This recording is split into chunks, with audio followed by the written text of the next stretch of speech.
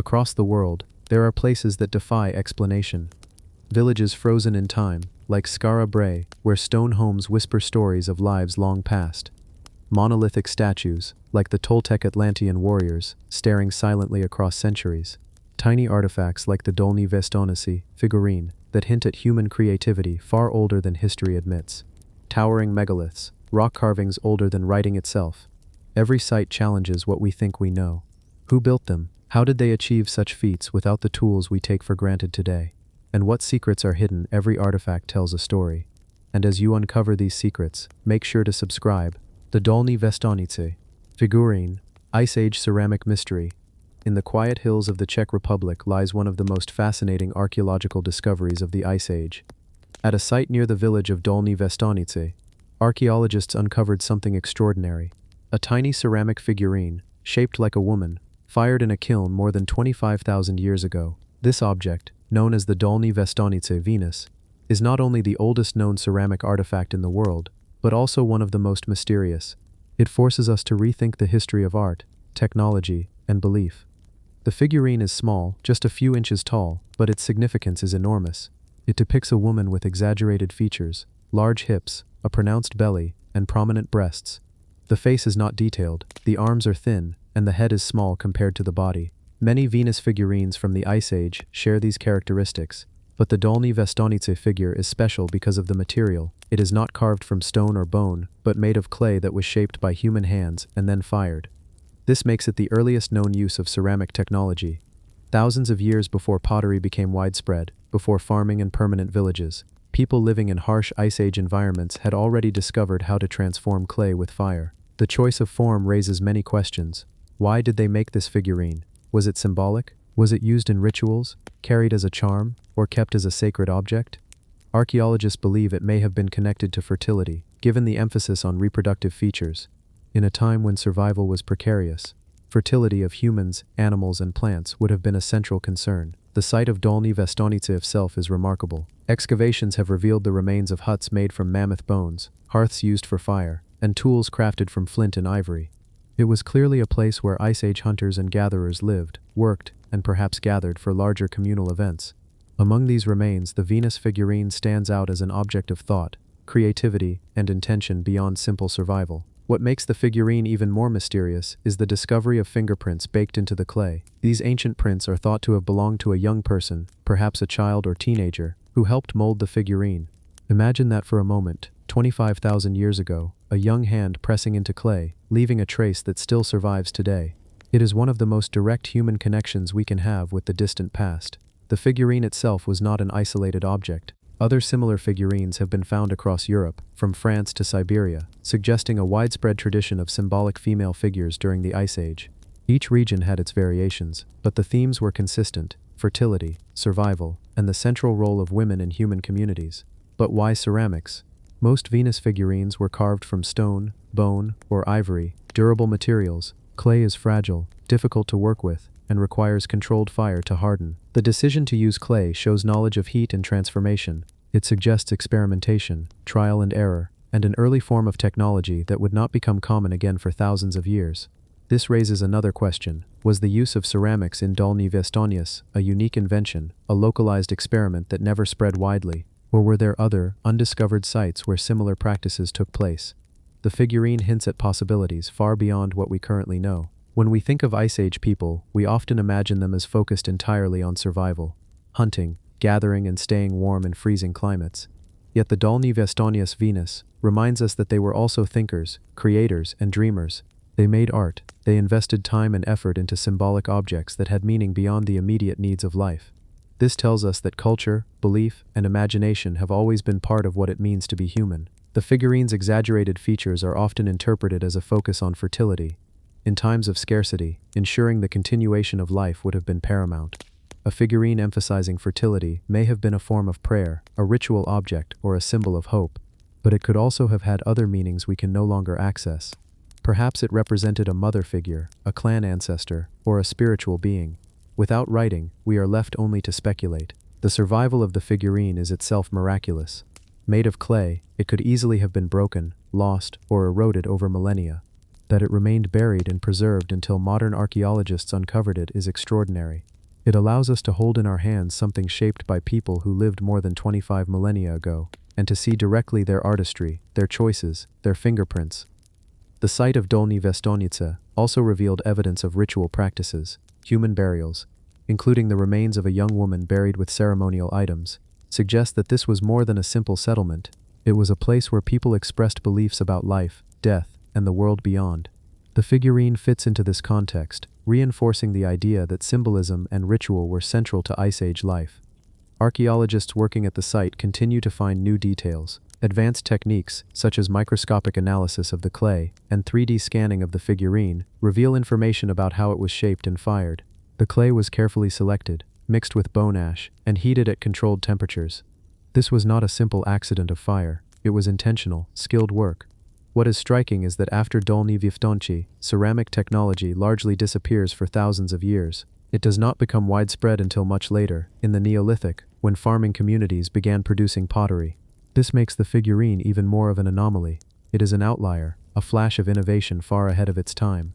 Some scholars suggest that the figurine may have been part of an experimental process, a kind of technological exploration that did not spread because conditions were not right. Others think it may have been a special ritual knowledge, passed within a small group, but not shared widely. Whatever the case, it challenges our assumptions about linear progress. Human history is not a straight line of constant advancement. It is full of starts, stops, experiments, and forgotten knowledge. For those visiting the figurine today in the museum, the sense of connection is profound. This small object, fragile and ancient, carries within it the thoughts, hopes, and hands of Ice Age people. It is more than an artifact. It is a bridge across time, reminding us of the creativity and humanity of our ancestors. The Dolní Věstonice Figurine is a mystery not only because of its age and material, but because of what it represents. It speaks of a people who saw the world symbolically, who created art in the midst of survival, and who experimented with materials in ways that foreshadowed future technologies. It tells us that imagination, ritual, and the urge to create are as old as humanity itself. And when you think about it in the quiet of the night, the figurine becomes more than clay. It becomes a voice from the Ice Age. A reminder that even in the harshest conditions, humans sought beauty, meaning, and connection. It is an object both humble and profound, simple in form but vast in significance. The Dolní Věstonice Figurine remains, small but powerful, carrying the mystery of a people who lived long before history began, yet whose creativity and spirit still reach us today. The dolmens of North Caucasus, stone tombs older than pyramids. Close your eyes and imagine the morning mist rolling slowly over the Caucasus Mountains. The air is cool, almost tasting of wet earth and pine needles.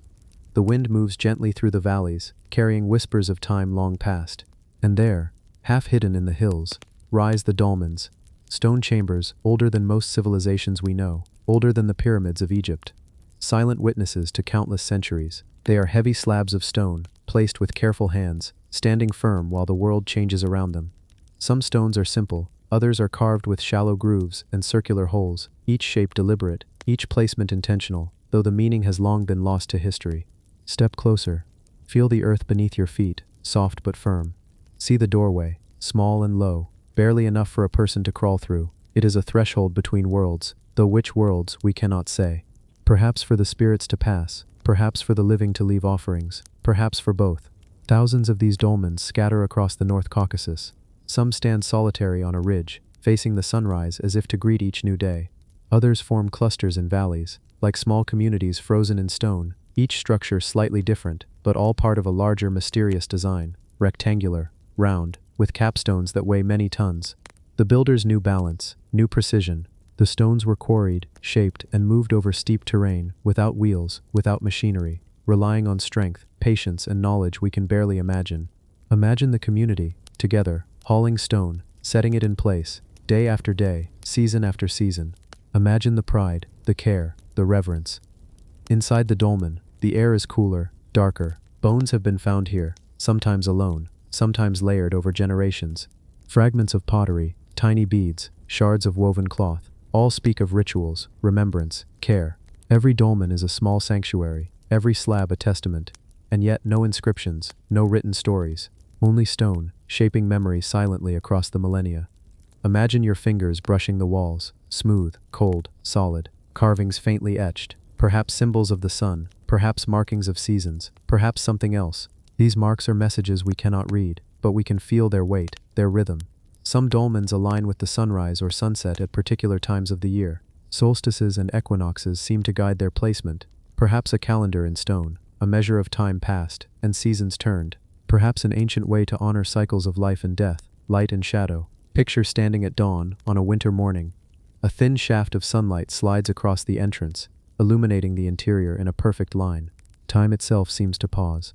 The stones themselves tell a story of skill and ingenuity. Capstones weighing several tons, balanced on vertical slabs with remarkable precision. To lift them, to move them across rough terrain without modern tools, required cooperation, planning, and understanding of leverage and strength. Imagine the builders, measuring, adjusting, checking alignment. Day after day, stone by stone, their hands shaping permanence. They left behind more than tombs. They left evidence of intelligence, of ritual, of care. Legends linger around these dolmens. Locals tell of spirits who live behind the stone doors, guardians who watch over the tombs, tiny people moving the stones at night. Old rituals included leaving bowls of milk, placing small offerings. Shepherds avoided sleeping near them. These tales echo the reverence and fear humans have long held for what they cannot explain. Archaeological studies reveal more puzzles. Bones show evidence of secondary burial practices. Bodies first placed elsewhere, then bones collected and placed inside the dolmen. Other dolmens show repeated use over centuries.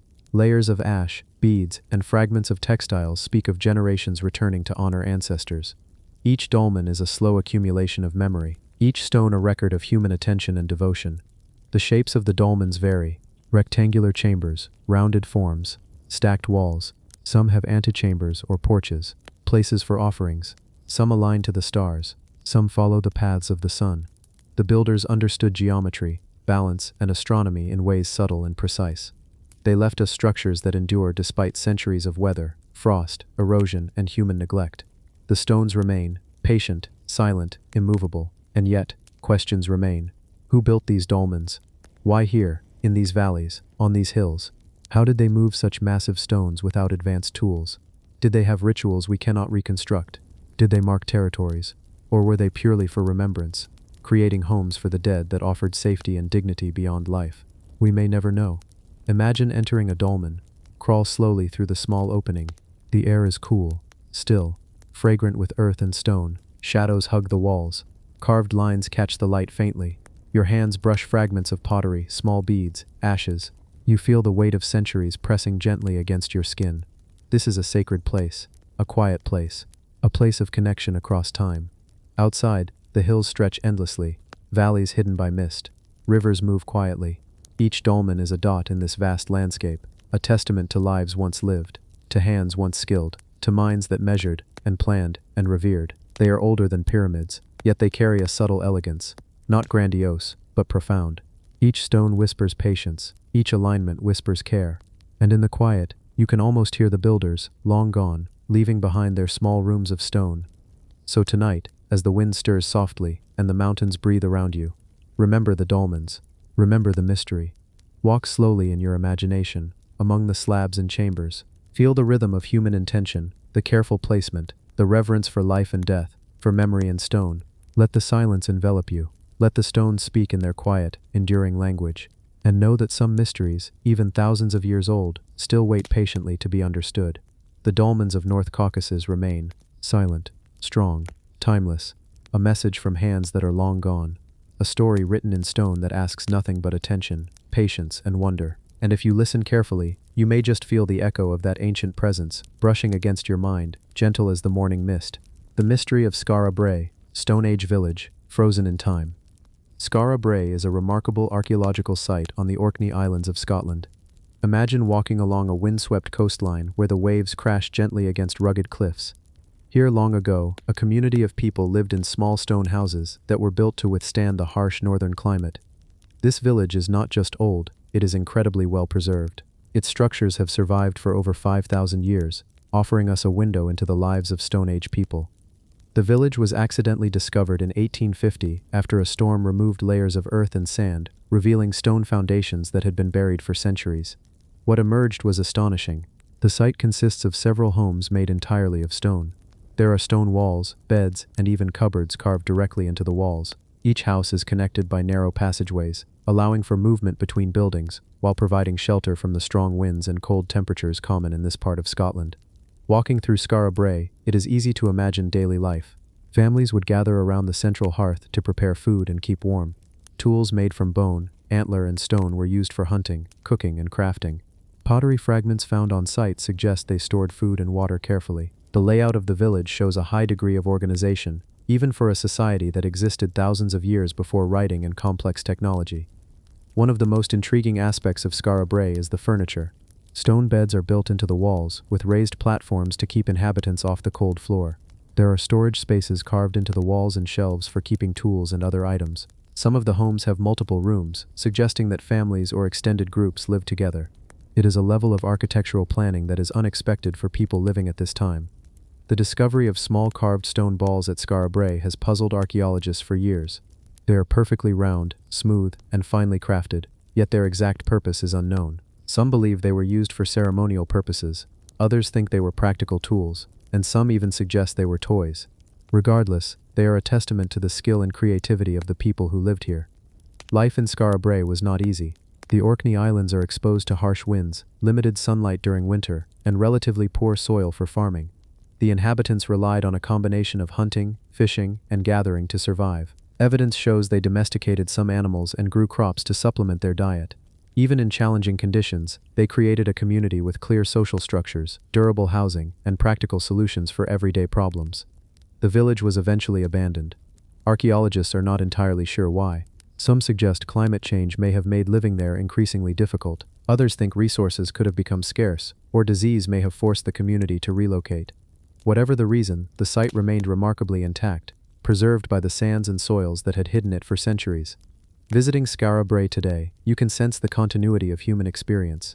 You can imagine children playing near the hearth, adults tending fires or preparing food, and families interacting in ways that are not so different from life today. There is a quiet intimacy in the site. Despite its age, it allows you to feel connected to people who lived long before recorded history. The village also demonstrates the importance of ingenuity. With no metal tools or written language, the inhabitants designed and built homes that have lasted millennia. They understood their environment and how to adapt to it. Their construction techniques show a keen awareness of space, wind direction, and insulation. They created comfort and security using only what was available to them. Archaeologists continue to study the site to learn more about the people who lived there. Examination of animal bones, tools, and pottery fragments reveals information about diet, trade, and daily activities. The alignment of certain structures with natural features suggests an understanding of seasons and weather patterns. It is clear that the village was not built randomly. Every stone, every wall, every passageway served a purpose. Skara Brae also teaches us about the importance of community.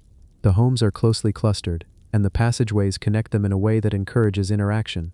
Families likely supported each other through daily tasks and shared knowledge across generations.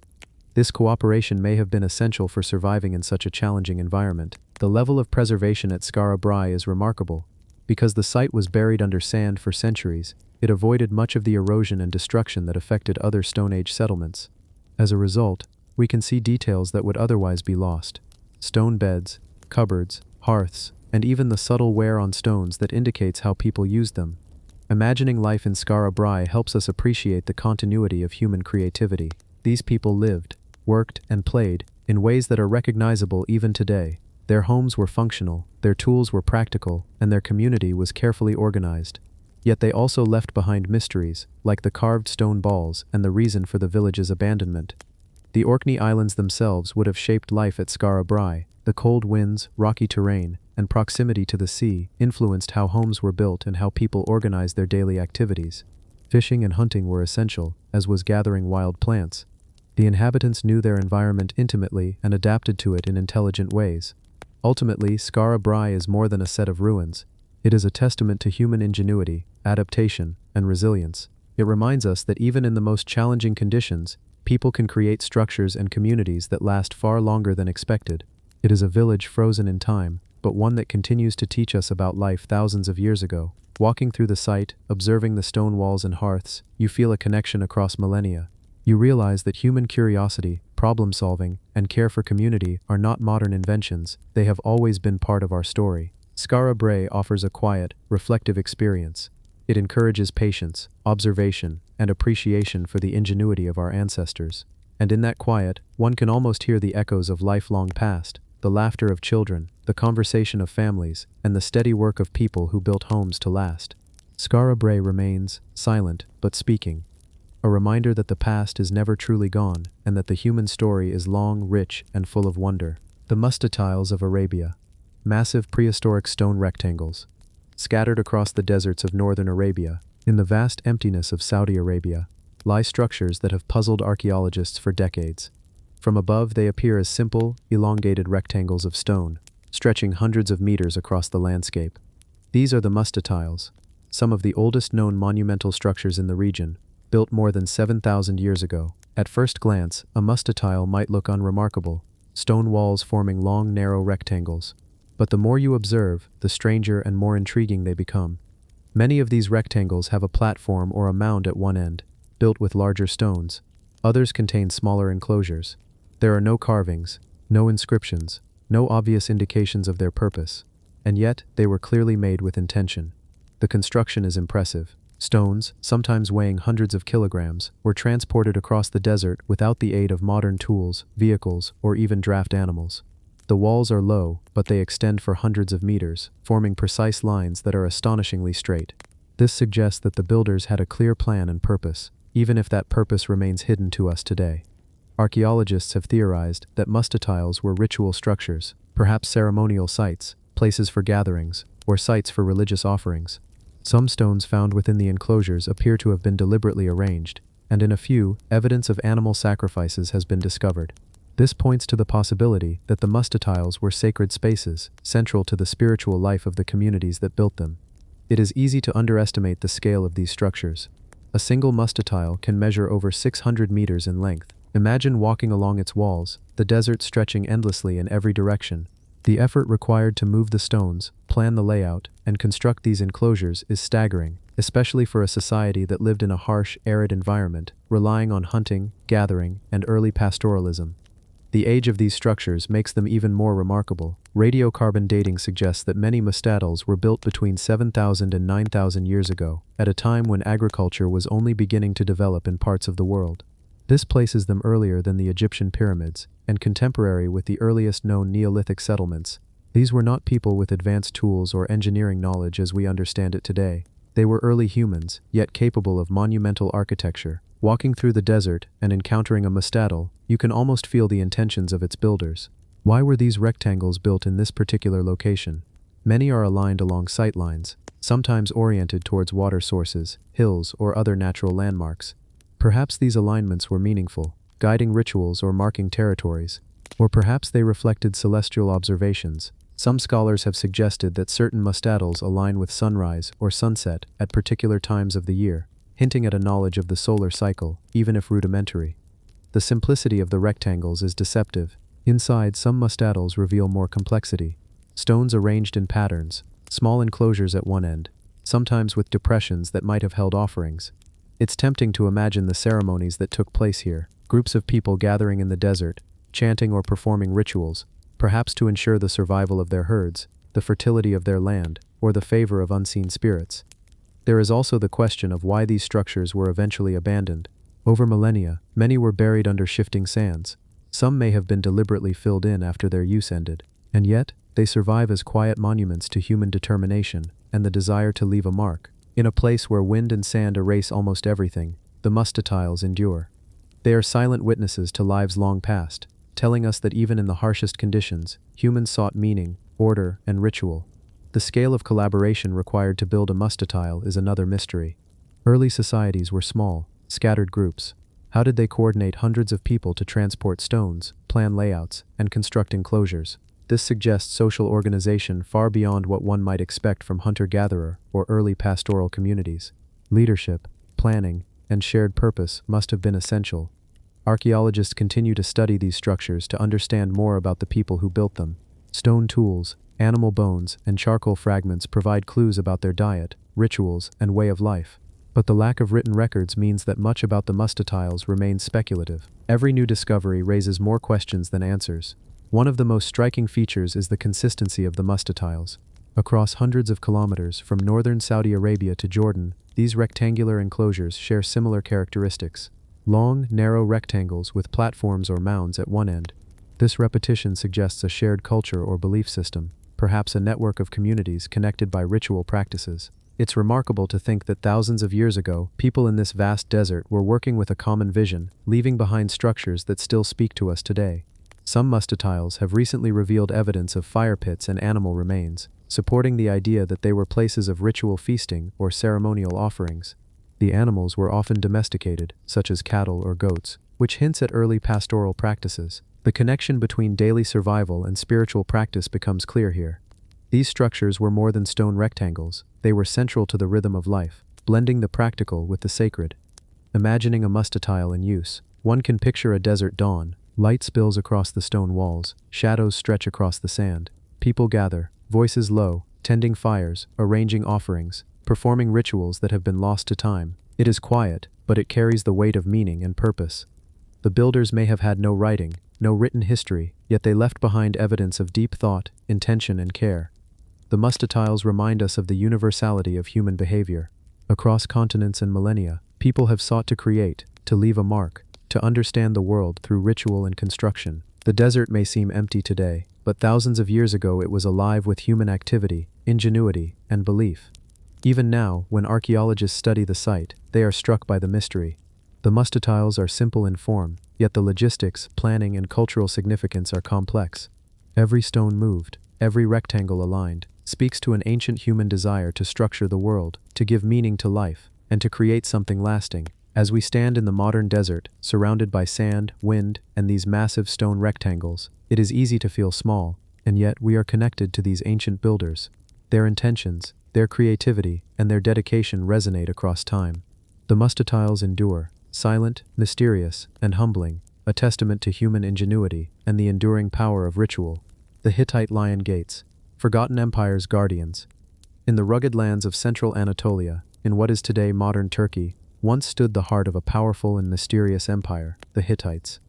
They were a Bronze Age superpower, rivals of the Egyptians and Assyrians, masters of warfare, diplomacy, and stone architecture. And among the ruins of their ancient cities, one of the most enduring images remains, the massive lion gates. At the ancient city of Hattusa, the Hittite capital, these gates still stand. Two colossal lions carved from blocks of basalt flank the entrance. Their eyes stare outward, their mouths slightly open, their bodies strong and protective. These were not mere decorations. They were guardians, symbols of power, strength, and divine protection. To pass between them was to enter not just a city, but the realm of kings and gods. The Hittites built their cities with impressive fortifications. High walls of stone and mud brick stretched across the hills, punctuated with gates that were both functional and symbolic. The Lion Gate was one of the most important. It was not simply an entry point for travelers or soldiers. It was a statement. To approach it was to see, immediately, the authority of the Hittite Empire. Standing before the gate today, you cannot help but feel its presence. The lions, weathered but still imposing, carry a sense of timeless watchfulness. Their design is stylized, not naturalistic, but powerful in its abstraction. The Hittites were not trying to capture every detail of an animal, they were invoking its essence.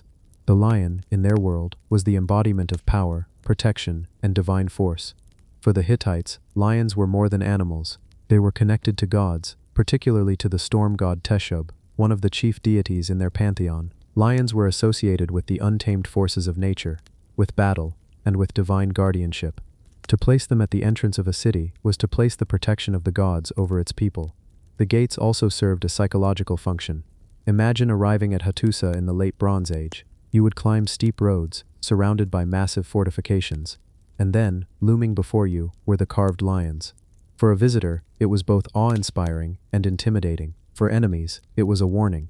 The Hittites wanted to project not only military power, but also spiritual dominance. The lion gates are more than 3,000 years old. Yet they have survived the fall of the Hittite Empire, centuries of abandonment, and the slow erosion of time. They remind us of an empire that once dominated much of Anatolia and the Near East. The Hittites controlled trade routes, commanded powerful armies with chariots, and signed treaties with pharaohs. They were not a minor people lost to history, they were one of the great powers of their age. Yet their story is filled with mystery. For centuries after their empire collapsed, the Hittites were forgotten. Unlike Egypt, with its hieroglyphs and monuments, the Hittites left behind few records that were immediately understood. It was only in the 19th century that archaeologists rediscovered their ruins and inscriptions, piecing together the story of this once mighty civilization. The Lion Gates, in particular, became an iconic symbol of that rediscovery. The construction of the gates themselves is fascinating. Large basalt stones were carved and placed with precision, fitted into the walls with remarkable skill. The lions were carved in high relief, their forms emerging from the stone with an almost sculptural presence. These were not crude works, they were crafted by skilled artisans who understood both engineering and symbolism. Some scholars suggest the gates were not just physical defenses, but also ritual thresholds. In many ancient cultures, gates marked the boundary between the human world and the divine. Passing through the lion gates may have symbolized entry into sacred space, protected by powerful guardians. Festivals, processions, and ceremonies may have passed under their watchful eyes. The Hittites themselves left clues about how important lions were in their world. Lion imagery appears in seals, carvings, and ritual texts. In some reliefs, kings are shown standing upon lions, or flanked by them, emphasizing their divine mandate to rule. The lion gates were part of this broader symbolic landscape, reinforcing the connection between kingship, divinity, and protection. When archaeologists uncovered the gates in the early 20th century, they were struck by their scale and artistry. Even in ruins, the power of the Hittite state was evident. Today, the Lion Gate at Hattusa is a UNESCO World Heritage Site, preserved as part of the larger archaeological remains of the Hittite capital. Visitors walk between the ancient lions, much as people did 3 millennia ago, feeling the continuity of human experience. The gates also raise questions that remain unanswered. Why did the Hittite Empire collapse so suddenly, around 1200 BCE? Was it invasions, internal strife, famine, or the mysterious sea peoples who disrupted so many civilizations of the eastern Mediterranean? Whatever the cause, the empire vanished, and the gates remained, silent witnesses to its passing. The symbolism of the lions endures. Across cultures and times, lions have represented strength, guardianship, and authority. From Mesopotamia to India, from Egypt to Europe, lions guard temples, palaces, and sacred spaces. The Hittite lion gates fit into this universal pattern, showing how humans have always sought to embody power and protection through the image of the lion. Standing before them today, one can imagine the world of the Hittites, the clang of chariots on stone roads, the hum of life in a bustling capital, priests offering rituals to the storm god, kings planning wars or alliances, and above it all, the carved lions, watching silently, enduring through the centuries. They are not simply ruins, they are symbols of continuity. They remind us that civilizations rise and fall, but their expressions of meaning and belief can endure long after their people are gone. The lion gates are guardians not only of a city that no longer exists, but also of memory itself. For the traveler who pauses to look into their weathered eyes, there is a moment of recognition. The same impulse that led the Hittites to carve lions into stone, the desire for protection, strength, and connection to something greater, still resonates with us today. The lion gates of Hattusa stand as the forgotten empire's guardians. They guard not just an ancient city, but the very idea that human creativity and belief leave marks that can last thousands of years. They remind us that while the Hittites are gone, their spirit endures, carved in stone, looking out over the ages. The Mount Shasta petroglyphs, ancient symbols in America. Mount Shasta, rising like a great white pyramid in Northern California, has always been more than just a mountain. For the native peoples of the region, it is a sacred place, a center of myths, spirits, and origin stories. Even today, many regard it as a place of mystery and power. But scattered around its slopes and in the surrounding lava beds lie carvings that take the mystery even further. The Mount Shasta petroglyphs. These petroglyphs, ancient symbols carved into rock, are among the most puzzling in North America. Etched into lava rock, they show patterns, shapes, animals, and signs that no one fully understands. Archaeologists can date them broadly, but not precisely. Some believe they were carved thousands of years ago, perhaps by the ancestors of modern Native American tribes. Others suggest they could be older still, remnants of forgotten peoples whose stories have vanished. When you walk among them, the feeling is unlike that of a museum or a book. You're outside, in the open air, surrounded by the silent landscape of lava flows and sparse forests. And then suddenly, you notice a rock with strange markings, circles, spirals, stick figures, paw prints, geometric lines. They are shallow, but deliberate. They were placed there with meaning, and yet that meaning is now beyond us. To the Modoc, Shasta, Wintu, and other native peoples of the region, the mountain is alive with spirits. It is considered a place of creation. Some stories say that the world itself began at Mount Shasta. In such a setting, the petroglyphs may have been sacred inscriptions, prayers, warnings, or maps of the spirit world. They may have marked places where shamans held ceremonies, where stories were passed down, or where hunters asked for success. But the mystery deepens when we realize how little direct information has survived. Many of the tribes who once lived in the area were displaced or destroyed during the violent colonization of the American West. Oral traditions were lost, languages faded, and sacred sites were desecrated. Today, archaeologists must piece together fragments of memory and compare them with the silent stones. One striking feature is the variety of designs. Some resemble tracks of animals, bare paws, bird prints, even human footprints. Others are abstract, spirals, concentric circles, zigzags, dots. Were these meant to represent journeys, the stars, the cycle of life and death, or were they simply markers of territory, scratched by travelers as they passed? Archaeologists call them rock art, but that phrase hardly captures their depth. These were not decorations in the sense we think of art today. They were messages, they were expressions of belief and identity, and they were meant to endure. Carving into lava rock is not easy. It takes time and effort, using stone tools to chip away at the surface. Whoever carved these symbols wanted them to last, and they have. Some of the petroglyphs have endured for thousands of years, through rain, wind, snow, and the shifting of the earth. To see them today is to connect directly with someone who lived long before us, who stood in the same landscape, who looked at the same mountain, and who chose to leave a mark. But there are also mysteries that trouble archaeologists. In some cases, the style of the petroglyphs does not clearly match the known traditions of the local tribes. This has led some to speculate about other, earlier cultures in the region. Cultures we know almost nothing about. Could the carvings be remnants of people who lived near Mount Shasta before the ancestors of the modern tribes arrived? Or perhaps they were travelers, people from distant lands who left their marks while passing through. Mount Shasta itself fuels speculation. Even today it is a magnet for spiritual seekers, mystics, and those who believe in lost civilizations. Some fringe theories suggest the petroglyphs are evidence of Lemuria, a mythical lost continent said to have sunk beneath the Pacific Ocean. According to these ideas, survivors of Lemuria built underground cities beneath Mount Shasta and left clues in the form of symbols. Most archaeologists dismiss this as myth, but the persistence of such stories shows how powerful the mountain's aura really is. What we do know for certain is that the petroglyphs are fragile, vandalism and natural erosion threaten them. In some cases, people have carved their own initials into the rocks, defacing symbols that had lasted millennia. Efforts are now being made to protect and preserve the sites, to ensure they survive for future generations. Yet with every passing year, the details become harder to read. When standing among the Mount Shasta petroglyphs, one cannot help but feel small. The mountain towers above, snow-capped even in summer, its slopes sweeping down into forests and lava beds. The silence is broken only by the wind, or the distant call of a bird. And then, at your feet, there are these human marks, scratched into stone so long ago. They are reminders that people lived here, that they too gazed at this mountain, and that they felt compelled to leave something behind. In that moment, questions rise unbidden. What were they trying to say? Was it a record of their lives? Was it a connection to the divine? Was it simply a way to pass time, or was it the most serious act they could perform? We cannot know, but perhaps the mystery itself is part of the meaning. Many cultures believe that sacred knowledge is not meant to be fully explained, that some truths are preserved in mystery, accessible only through silence, contemplation, or dreams. Perhaps the petroglyphs are not meant to be solved like a puzzle. Perhaps they are meant to be experienced, to draw us into the same space of wonder that the carvers once felt. As night falls near Mount Shasta, the carvings fade into shadow. The mountain itself glows in the last light of the sun, then disappears into the starry dark.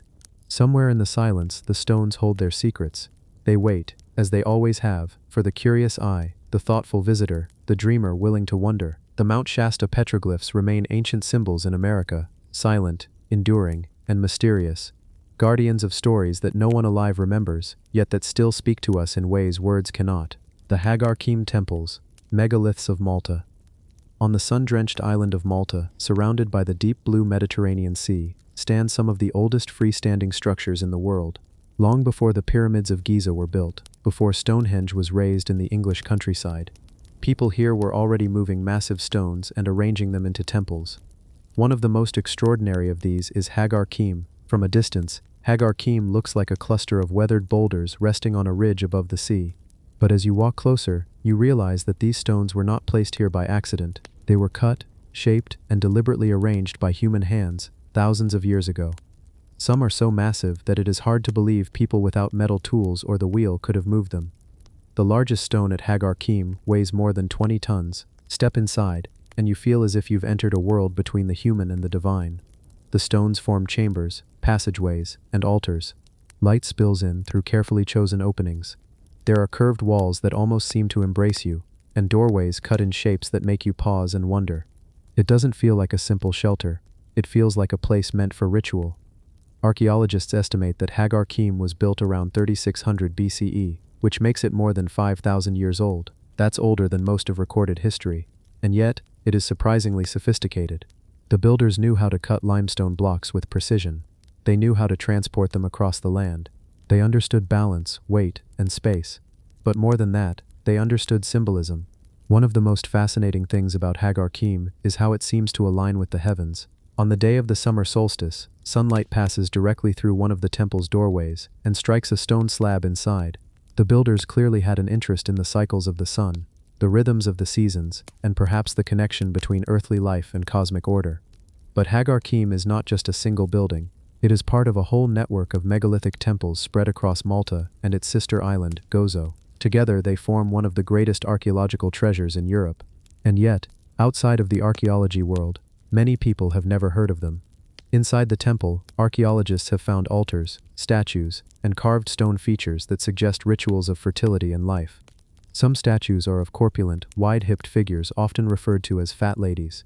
These figures may have represented fertility goddesses, symbols of abundance, or spiritual guardians of the community. Their exact meaning is still debated, but they speak to the importance of life, birth, and renewal in the culture that built these temples. What makes Hagar Kim so haunting is the absence of clear records. The people who built it left no written language that we know of. They left no stories carved in stone, no scrolls, no direct messages to explain what these temples meant to them. All we can do is look at the stones, at the carvings, at the alignment with the sun, and try to imagine what life was like. And that life was not easy. Malta is rocky and dry, with limited natural resources. To build temples of this scale, communities must have been highly organized. They needed food surpluses to free up workers. They needed skilled artisans to shape the stones. They needed leaders who could inspire people to commit to such massive projects. And they needed beliefs powerful enough to justify the effort. Standing at Hagar Kim today, you can feel the passage of time in every block of limestone. Some stones are eroded, softened by centuries of wind and rain. But the shapes are still there. The doorways still lead into inner chambers. The altars are still recognizable. It is as if the temple has been waiting patiently, watching generations come and go, holding on to its secrets. Why were these temples eventually abandoned? We don't know. Perhaps climate changes made life harder on the island.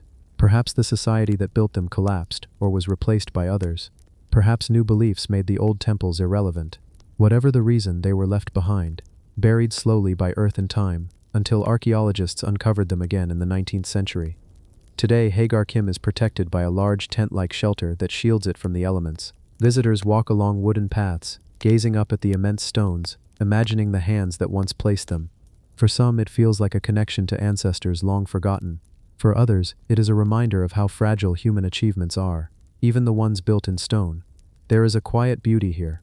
The Mediterranean sun, the salty air, the endless horizon of the sea. And in the middle of it all, this temple, silent, enduring, mysterious. You can almost picture a gathering of ancient people, dressed in animal skins or woven cloth, standing in the chambers, chanting, praying, or celebrating under the summer solstice sun.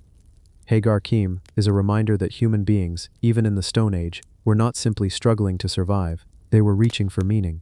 They were organizing their world, building spaces to honor forces greater than themselves, and trying to make sense of life and death. In that sense, they were not so different from us. The megaliths of Malta are among the greatest unsolved mysteries of archaeology. They tell us that our ancestors were capable of extraordinary achievements. They challenge us to think about what drove them, what inspired them, and why they chose to build something that would outlast their own lives. As night falls on Malta, the temple grows quiet again. The stones glow in the fading light, then merge into shadow. The sea whispers nearby. The wind moves through the grass, and Hagar Kim waits, just as it has waited for thousands of years. A puzzle in stone, a voice from a people we will never fully know. The Atlit Yam settlement, sunken village in Israel. Beneath the calm blue waters of the Mediterranean Sea, just off the coast of modern-day Israel, lies a place that once thrived with human life. a place where families built homes, tended to animals, gathered food, and raised children. Today it is silent, hidden beneath the waves. This is Atlit Yam, one of the world's oldest known submerged villages. Discovered in the 1980s by marine archaeologists, Atlit Yam rests about 10 meters below the surface of the sea, not far from the town of Atlit. What they found beneath the water was astonishing. Stone houses, walls, and courtyards, grinding stones used for preparing food, hearths where meals were cooked, even wells, still visible, dug deep into the earth by human hands thousands of years ago. It was as if a piece of prehistory had been frozen in time, preserved not by dry deserts or glaciers, but by the sea itself. Atlit Yam dates back to around 9,000 years ago, during the Neolithic period. That makes it older than the pyramids, older than Stonehenge, older than most civilizations we think of as ancient. And yet the people of Atlit Yam had already begun to live in organized communities. They were farming, herding animals, and building permanent homes. In a sense, they were among the pioneers of village life. Walking through the ruins, if one could walk instead of swimming, you would see rectangular stone houses arranged in clusters. Each home had areas for sleeping, cooking, and working. Nearby, archaeologists discovered bones of domesticated animals, including goats and cattle. They also found evidence of fishing, with net weights and fish bones scattered among the ruins. The people of Atlit Yam lived on land and sea alike. But what makes Atlit Yam truly haunting are the human remains. Skeletons of men, women, and children have been found here, lying in graves that were carefully prepared. Some were buried with simple offerings, tokens of love or belief. One of the most famous discoveries was a woman and a child buried together, their bones showing signs of tuberculosis. This is the earliest known evidence of the disease in human history. It reminds us that even in these early villages, people suffered from illness, and communities had to care for one another in the face of hardship. In the center of the site lies perhaps the most mysterious feature, a circle of massive stone pillars arranged upright, as if marking a special place. Archaeologists believe it may have been a ritual site, perhaps connected to water, fertility, or community gatherings. The stones are heavy and deliberate, not randomly placed. They tell us that these early villagers had more than just survival on their minds. They had ritual, they had ceremony, they had meaning woven into daily life. The big question, of course, is why Atlit Yam ended up beneath the sea. And here, the mystery deepens. Evidence suggests that around 7,000 years ago, the rising waters of the Mediterranean slowly crept inland. Some argue it was caused by melting glaciers after the last ice age. Others point to seismic activity in the region. Even the possibility of a sudden tsunami, triggered by earthquakes. Whatever the cause, the people of Atlit Yam were eventually forced to abandon their homes. Their village disappeared beneath the waves, preserved almost like a time capsule. Imagine the moment. Families realizing that their homes were flooding, wells filling with salt water, fields lost to the encroaching sea. The choice to stay was impossible. They would have packed what they could, gathered their animals, and moved inland, leaving behind the stone houses, the hearths, the tools that were too heavy to carry. And so the village slept, waiting thousands of years for discovery. For archaeologists, Atlit Yam offers something rare, a direct window into the life of one of the earliest farming and fishing communities. It shows us how quickly humans adapted to new ways of living after the Ice Age. It shows us the balance between land and sea, between farming and fishing, between ritual and survival. And it shows us that even in those early centuries, humanity already faced challenges from the natural world that could not be overcome. Some divers who visit the site today speak of the eerie feeling it creates. Swimming among the stone walls, seeing the outlines of homes, peering into ancient wells, there is a strange sensation of both presence and absence. The presence of a community that once lived, laughed, and struggled here, and the absence of their voices, their stories, their day-to-day lives, which are now beyond reach. Atlit Yam has also become a touchstone for discussions about climate change. It is a reminder that rising seas are not just a modern concern. Thousands of years ago, entire communities were displaced by shifting coastlines. Their villages became ruins underwater. Their stories turned into mysteries, and the cycle continues. The bones, the tools, the carvings, the structures, all whisper the same message. People were here. They worked, they prayed, they raised families. And though their voices are gone, their presence is still felt. Atlit Yam is more than an archaeological site. It is a testament to human resilience and fragility at the same time. If you close your eyes, you can almost hear it, the sound of waves lapping at the shore, the laughter of children running between stone houses, the crackle of fire in a hearth, the call of fishermen hauling in their catch, and then, slowly, the silence as the sea rises, swallowing it all. Today, Atlit Yam rests quietly on the sea floor. visited only by divers and studied by archaeologists. But its significance reaches far beyond its watery grave. It tells us about beginnings, of villages, of farming, of ritual. It tells us about endings, of loss, of displacement, of nature reclaiming what was built. And it leaves us with a mystery still unsolved.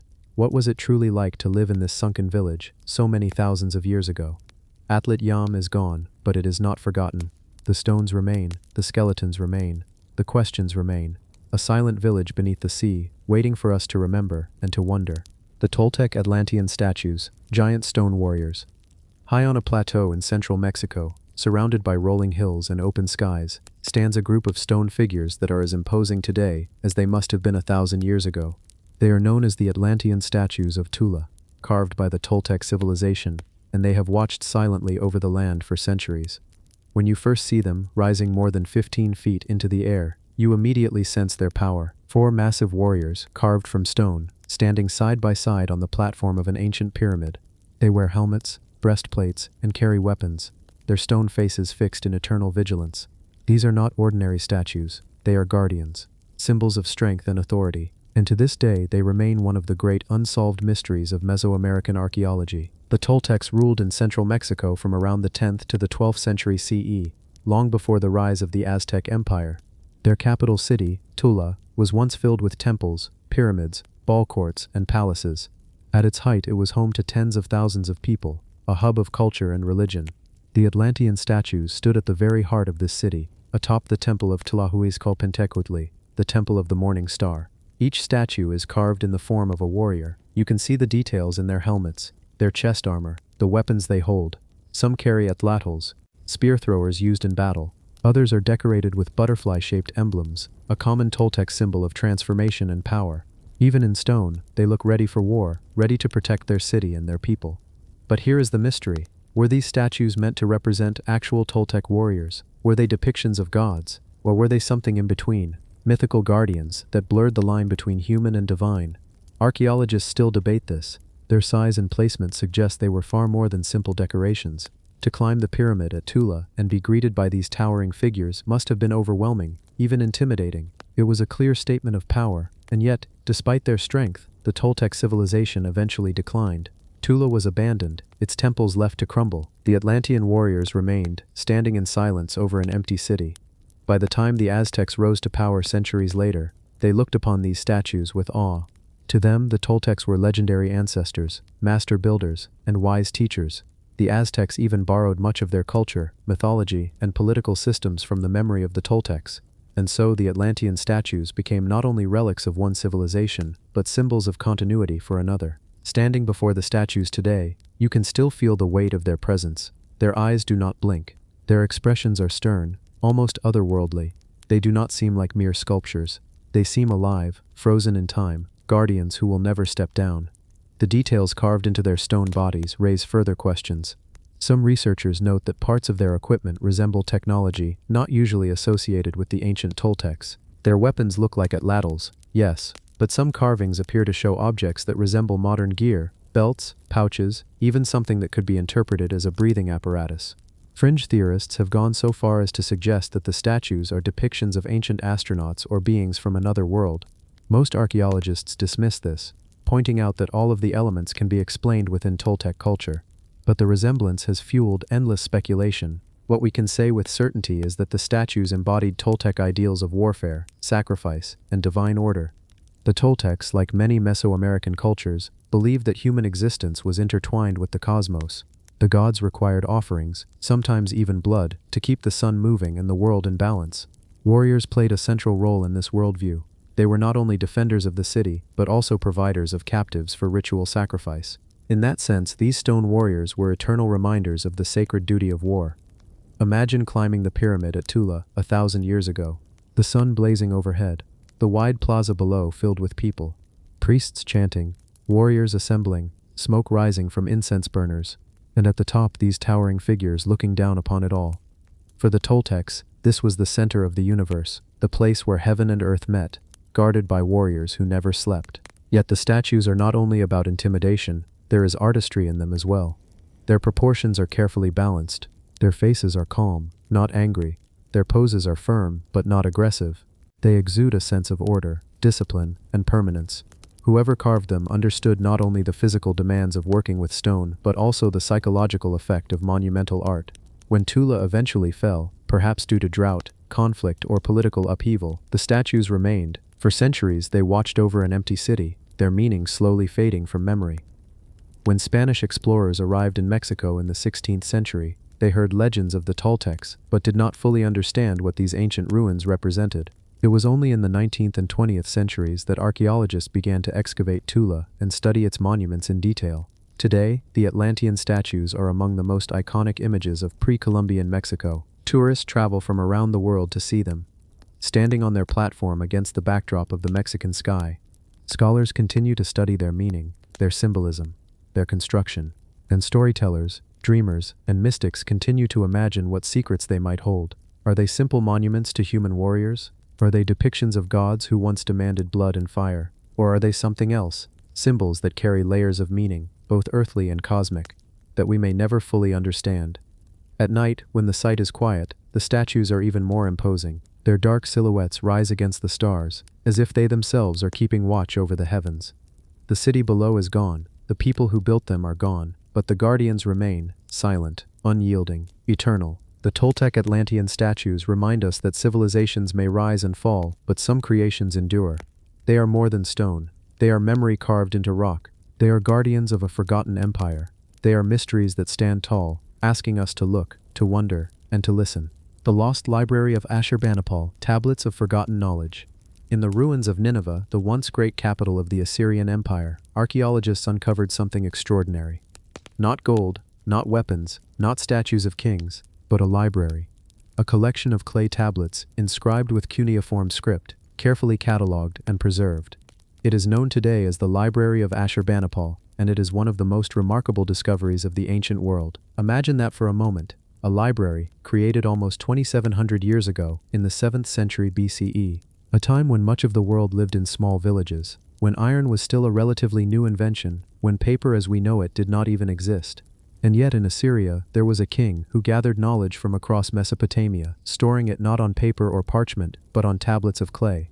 Ashurbanipal, who ruled from 668 to 627 BCE, was no ordinary king. Unlike many rulers of his time, he was not only a warrior and a politician, but also a scholar. He claimed that he could read and write in both Sumerian and Akkadian, the scholarly and administrative languages of Mesopotamia. He collected texts on history, religion, mathematics, astronomy, medicine, and literature. He wanted to preserve the wisdom of the ancient world, and in doing so, he created something that feels astonishingly modern, a library meant for the future. When archaeologists began excavating Nineveh in the 19th century, they found over 30,000 clay tablets and fragments. Many were shattered, scattered among the ruins, but even in pieces, they revealed an entire universe of knowledge. Some tablets contained administrative records, tax lists, inventories, things you would expect from an empire, but others contained epic poetry, myths, omens, medical recipes, rituals, even instructions for interpreting dreams. One of the greatest treasures of the library was the Epic of Gilgamesh, the world's oldest known epic poem. For centuries this story had been passed down orally. Thanks to Ashurbanipal's collection, it survived the fall of his empire. Without this library, the tale of Gilgamesh, his friendship with Enkidu, his quest for immortality, his confrontation with the gods, might have been lost forever. The library also contained texts on astronomy, listing star charts and planetary movements. It had omen texts that described what it meant if the moon appeared in a certain way, or if a solar eclipse occurred. There were medical texts that outlined treatments for diseases using herbs, oils, and rituals. There were incantations against demons and spirits, as well as prayers to gods long forgotten. Taken together, the library offers us a window into the Assyrian mind. It is not just a record of one kingdom, it is a mirror of how the ancient world understood itself, its fears, its hopes, its questions about life and death. But here is where the story turns mysterious. Despite Ashurbanipal's efforts to preserve knowledge, his empire did not last. In 612 BCE, Nineveh was attacked by a coalition of Babylonians, Medes, and Persians. The great city fell, palaces were burned, temples destroyed, the empire collapsed, and the library, though filled with fragile clay tablets, somehow endured. How? Fire, which normally consumes books and scrolls, actually helped preserve these clay tablets. The heat hardened them, turning them into a kind of accidental pottery. The very disaster that destroyed the Assyrian Empire ensured that its knowledge would survive for thousands of years. Still, not everything survived. Thousands of tablets are broken, missing pieces of text. Entire works may have been lost, leaving us with tantalizing fragments. Scholars sometimes spend years piecing together a single tablet, like assembling a puzzle with missing parts. What secrets remain unread, buried in those fragments, we may never know. There are also hints that Ashurbanipal's library may not have been unique. Some historians suggest that other Assyrian kings kept libraries, but theirs have not been found, or perhaps they were destroyed beyond recognition. It raises the question, how much knowledge from the ancient world has been permanently lost to time? If one library, preserved by accident, could change our understanding of history, how many more stories are waiting in silence beneath the earth? Another layer of mystery surrounds Ashurbanipal himself. Why did he value knowledge so highly? Was it purely for practical purposes, to aid his priests, scribes, and administrators? Or was it something deeper, a true love of wisdom? He was, after all, a king of war, ruling one of the most brutal empires in history. The Assyrians were known for their military conquests, their iron weapons, their relentless expansion, and yet their greatest surviving legacy is not destruction, but preservation, a library of clay. Today, many of the tablets are housed in the British Museum, where they continue to be studied. Scholars still work to translate and interpret them. Each fragment offers a glimpse into a world that feels both alien and familiar. Lists of sacrifices to gods we no longer worship. Instructions for treating ailments with herbs, still used today. Poems that wrestle with mortality in ways we recognize instantly. The Library of Ashurbanipal is more than an archaeological treasure. It is a reminder of how fragile human knowledge can be and how miraculous it is when it survives. It bridges thousands of years, allowing voices from the past to speak to us directly, voices that would otherwise have been silenced forever.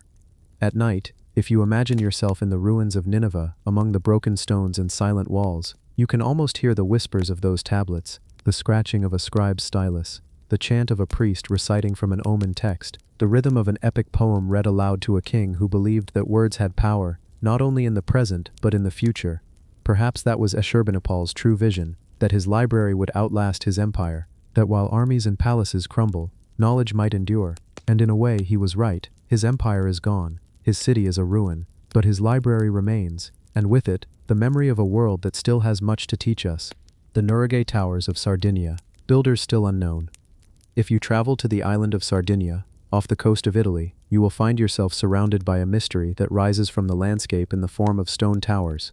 These are the Nuraghe, massive prehistoric structures built of rough stones, stacked without mortar, some reaching as high as a modern 5-story building. There are more than 7,000 of them scattered across Sardinia, and yet we still do not know exactly who built them, why they were built, or how such an advanced culture could vanish so quietly, leaving behind only these monumental ruins. The Nuraghe are unlike anything else in Europe. They date back to the Bronze Age, with estimates suggesting construction began around 1800 BCE and continued for centuries. Each tower is made of large basalt or granite blocks, carefully placed to form a truncated cone. The stones are massive, some weighing several tons, and yet they fit together with such precision that the structures have stood for more than 3,000 years. Even earthquakes, storms, and centuries of abandonment have not erased them from the landscape. At first glance, you might think of them as simple fortresses. They have thick walls, small entrances, and interior chambers often arranged in a beehive-like design, with corbelled domes rising above. Many are surrounded by outer walls, smaller towers, and even entire villages of stone huts. Some form complex networks, with corridors, stairways, and hidden rooms. They look defensive, almost like castles from a much later time. But archaeologists are not so sure.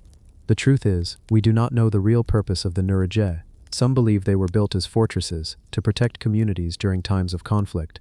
Others argue they may have been temples, places for rituals dedicated to deities now lost to memory.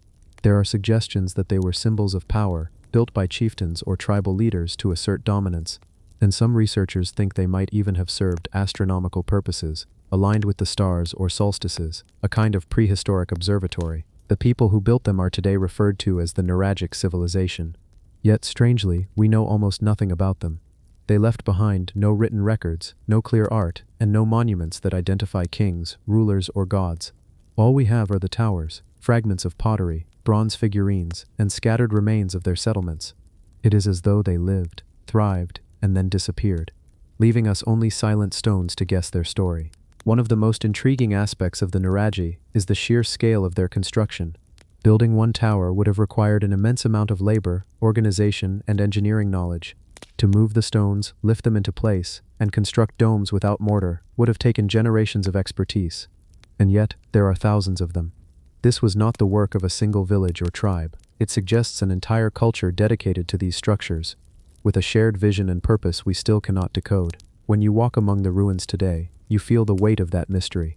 Some towers rise high above the landscape, while others are broken, reduced to piles of stone. In some places, nuraghi appear in clusters, dominating a valley or standing on hilltops like watchful guardians. They seem to form a network, as if designed to be seen from one to another across the land, like a prehistoric communication system. And yet, questions remain. Why did this culture build so many towers?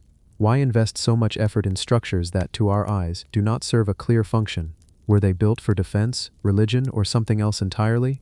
And most importantly, what happened to the people who built them? Archaeologists have uncovered bronze statuettes from the nuraghic culture, depicting warriors, ships, and animals. These suggest a society with advanced metalworking skills and perhaps a maritime tradition. But the sudden decline of the nuraghic civilization around the time of the Roman expansion leaves scholars puzzled. Were they absorbed by other cultures? Were they weakened by internal strife, famine, or disease? Or did their society simply transform, leaving the nuragha as relics of a past identity? One fascinating possibility is that the nuragha played a role in ritual gatherings. Some sites include wells and sacred springs nearby, hinting at water worship or fertility rites. Others have chambers aligned with celestial events, such as the rising sun at solstices. If true, these towers might have been centers of both political power and spiritual life, places where people gathered to connect with both the earth and the heavens. To this day, the nuragha continue to defy easy explanation. They are recognized by UNESCO as a World Heritage Site, celebrated as unique to Sardinia. And yet, even with decades of excavation and research, no single theory has fully explained them. They remain a riddle carved in stone, a message from the Bronze Age that has not yet been translated. When night falls over Sardinia and the wind moves through the valleys, the towers take on a different presence. Standing in silence, they almost feel alive, like ancient watchers that refuse to reveal their secrets. You cannot help but wonder, what ceremonies took place here under the stars? What voices echoed in these stone chambers? What dreams belonged to the builders whose names are now forgotten? The nuraghi are not just ruins, they are questions about human ambition, belief, and memory. And like so many of the world's great archaeological mysteries, they remind us that history is never as complete as we imagine. Sometimes the stones speak, but not loudly enough for us to understand. The Gobestan petroglyphs, rock art older than history. On the dusty plains of Azerbaijan, not far from the shores of the Caspian Sea, lies a place that feels almost like another world. It is called Gobestan, and scattered across its rocky hills are thousands of carvings, animals, humans, symbols, and scenes, etched into stone by hands that lived tens of thousands of years ago. These are the Gobestan petroglyphs, and they are among the oldest known rock art sites in the world. The carvings stretch back an almost unimaginable span of time. Some of them date to the Upper Paleolithic period, around 40,000 years ago. Others belong to the Neolithic, the Bronze Age, or even later.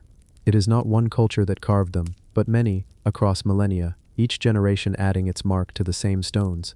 And together they form a kind of library, not of words, but of images. A story told in lines scratched into rock, long before writing was ever invented. At first glance, the carvings may seem simple. Stick figures of humans, outlines of animals, circles, lines. But look closer, and they come alive. You see hunters chasing wild goats with bows. You see dancers holding hands in what appears to be a ritual circle. You see boats carved with such precision that some scholars believe they represent early forms of seagoing vessels, perhaps used to navigate the Caspian. You see animals that no longer live in this region: lions, aurochs, wild asses, reminders of a world that has changed. What makes Gobestan so mysterious is not just the age of the carvings, but their variety. Over 6,000 separate petroglyphs have been documented across some 500 different sites in the region. It is as if the land itself became a canvas for human imagination. These carvings were not casual doodles. They were deliberate, intentional, and deeply meaningful to the people who made them.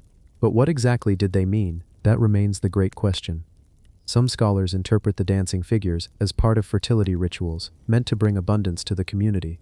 Others see the hunting scenes as both documentation and magic, a way to record events, but also perhaps a way to ensure success in future hunts. The boats are especially intriguing, because they suggest that these ancient people had a connection to the sea, long before we imagine complex navigation in this part of the world.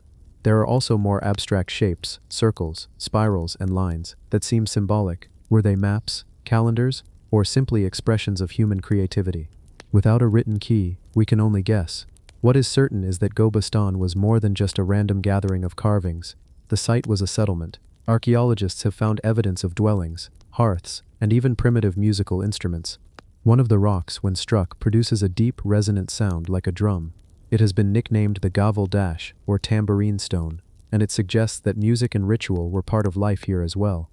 Imagine a gathering of people, tens of thousands of years ago, dancing by firelight as rhythms echoed across the stone. The petroglyphs may not just be records, they may be echoes of those ceremonies. The Gobestan site sits on what was once a much greener landscape.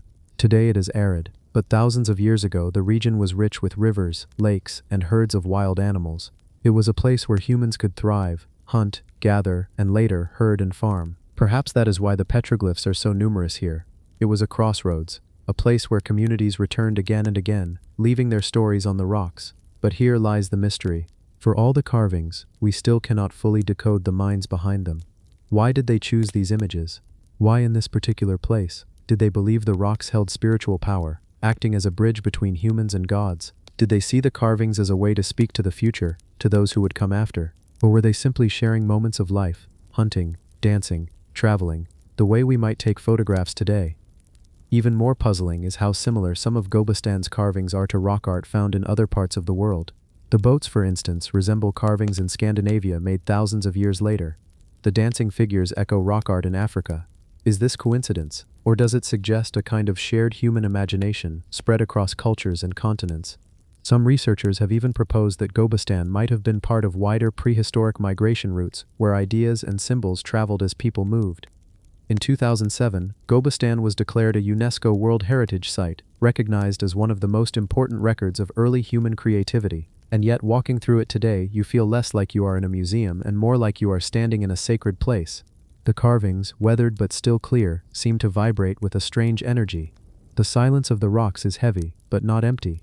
It is the silence of thousands of voices layered over one another, waiting to be heard. There is something deeply humbling about Gobestan. We like to think of ourselves as modern, advanced, unique, but here we are reminded that humans have always been artists, always been storytellers, always been curious about the world around them. The people who carved these rocks lived in a world without writing, without cities, without nations, and yet they felt the same urge to leave a mark, to say, "We were here, this is who we are," and in a way they succeeded. Long after their names, their languages, and even their way of life have vanished, their images remain: hunters frozen mid-stride, dancers forever holding hands, boats sailing across a sea of stone. It is as if they reached across tens of thousands of years to whisper to us, in a language older than history. When the sun sets over Gobestan and the shadows stretch across the carved stones, the mystery only deepens. You look at the figures, and you realize they are looking back, not with eyes, but with presence. They are not just pictures, they are messages, and though we may never fully understand them, they remind us of something essential, that the human story did not begin with writing, or kingdoms, or monuments. It began with imagination, carved in stone, the plain of jars, megaliths scattered across Laos. In the quiet highlands of northern Laos, there is a landscape unlike any other on earth. Rolling hills, thick jungles, mist that hangs low in the morning, and scattered across this land, thousands of enormous stone jars. Some lie alone, others cluster in groups of hundreds. They vary in size, from small enough for one person to move, to towering monoliths weighing several tons, and together, they form one of the most haunting and puzzling mysteries of archaeology, the plain of jars. At first sight, the jars look strange and almost out of place. They are carved from sandstone, limestone, and granite, shaped into cylinders with hollowed interiors. Some are plain, others are decorated with faint carvings, geometric patterns, or symbolic designs worn down by centuries of rain and wind. A few have been found with stone lids. Most are open to the sky, filled now with rainwater, leaves, or silence.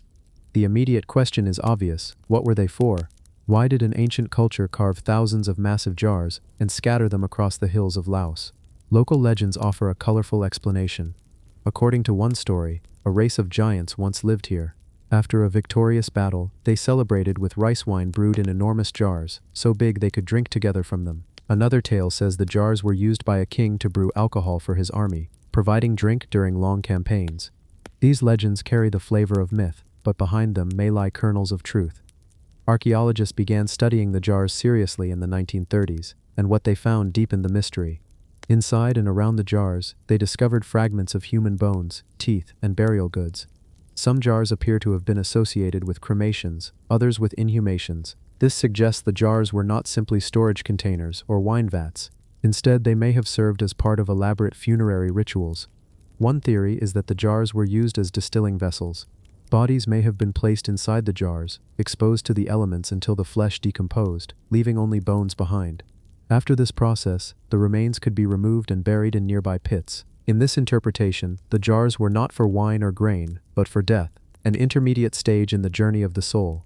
Another possibility is that the jars symbolized wombs, returning the dead to a kind of stone cradle before they passed into the afterlife.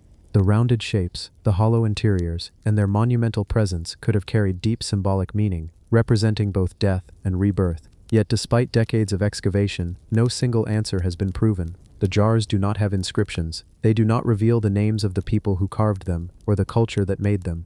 They stand as mute witnesses to a civilization that left no written history, only stone. Adding to the puzzle is the sheer scale of the site.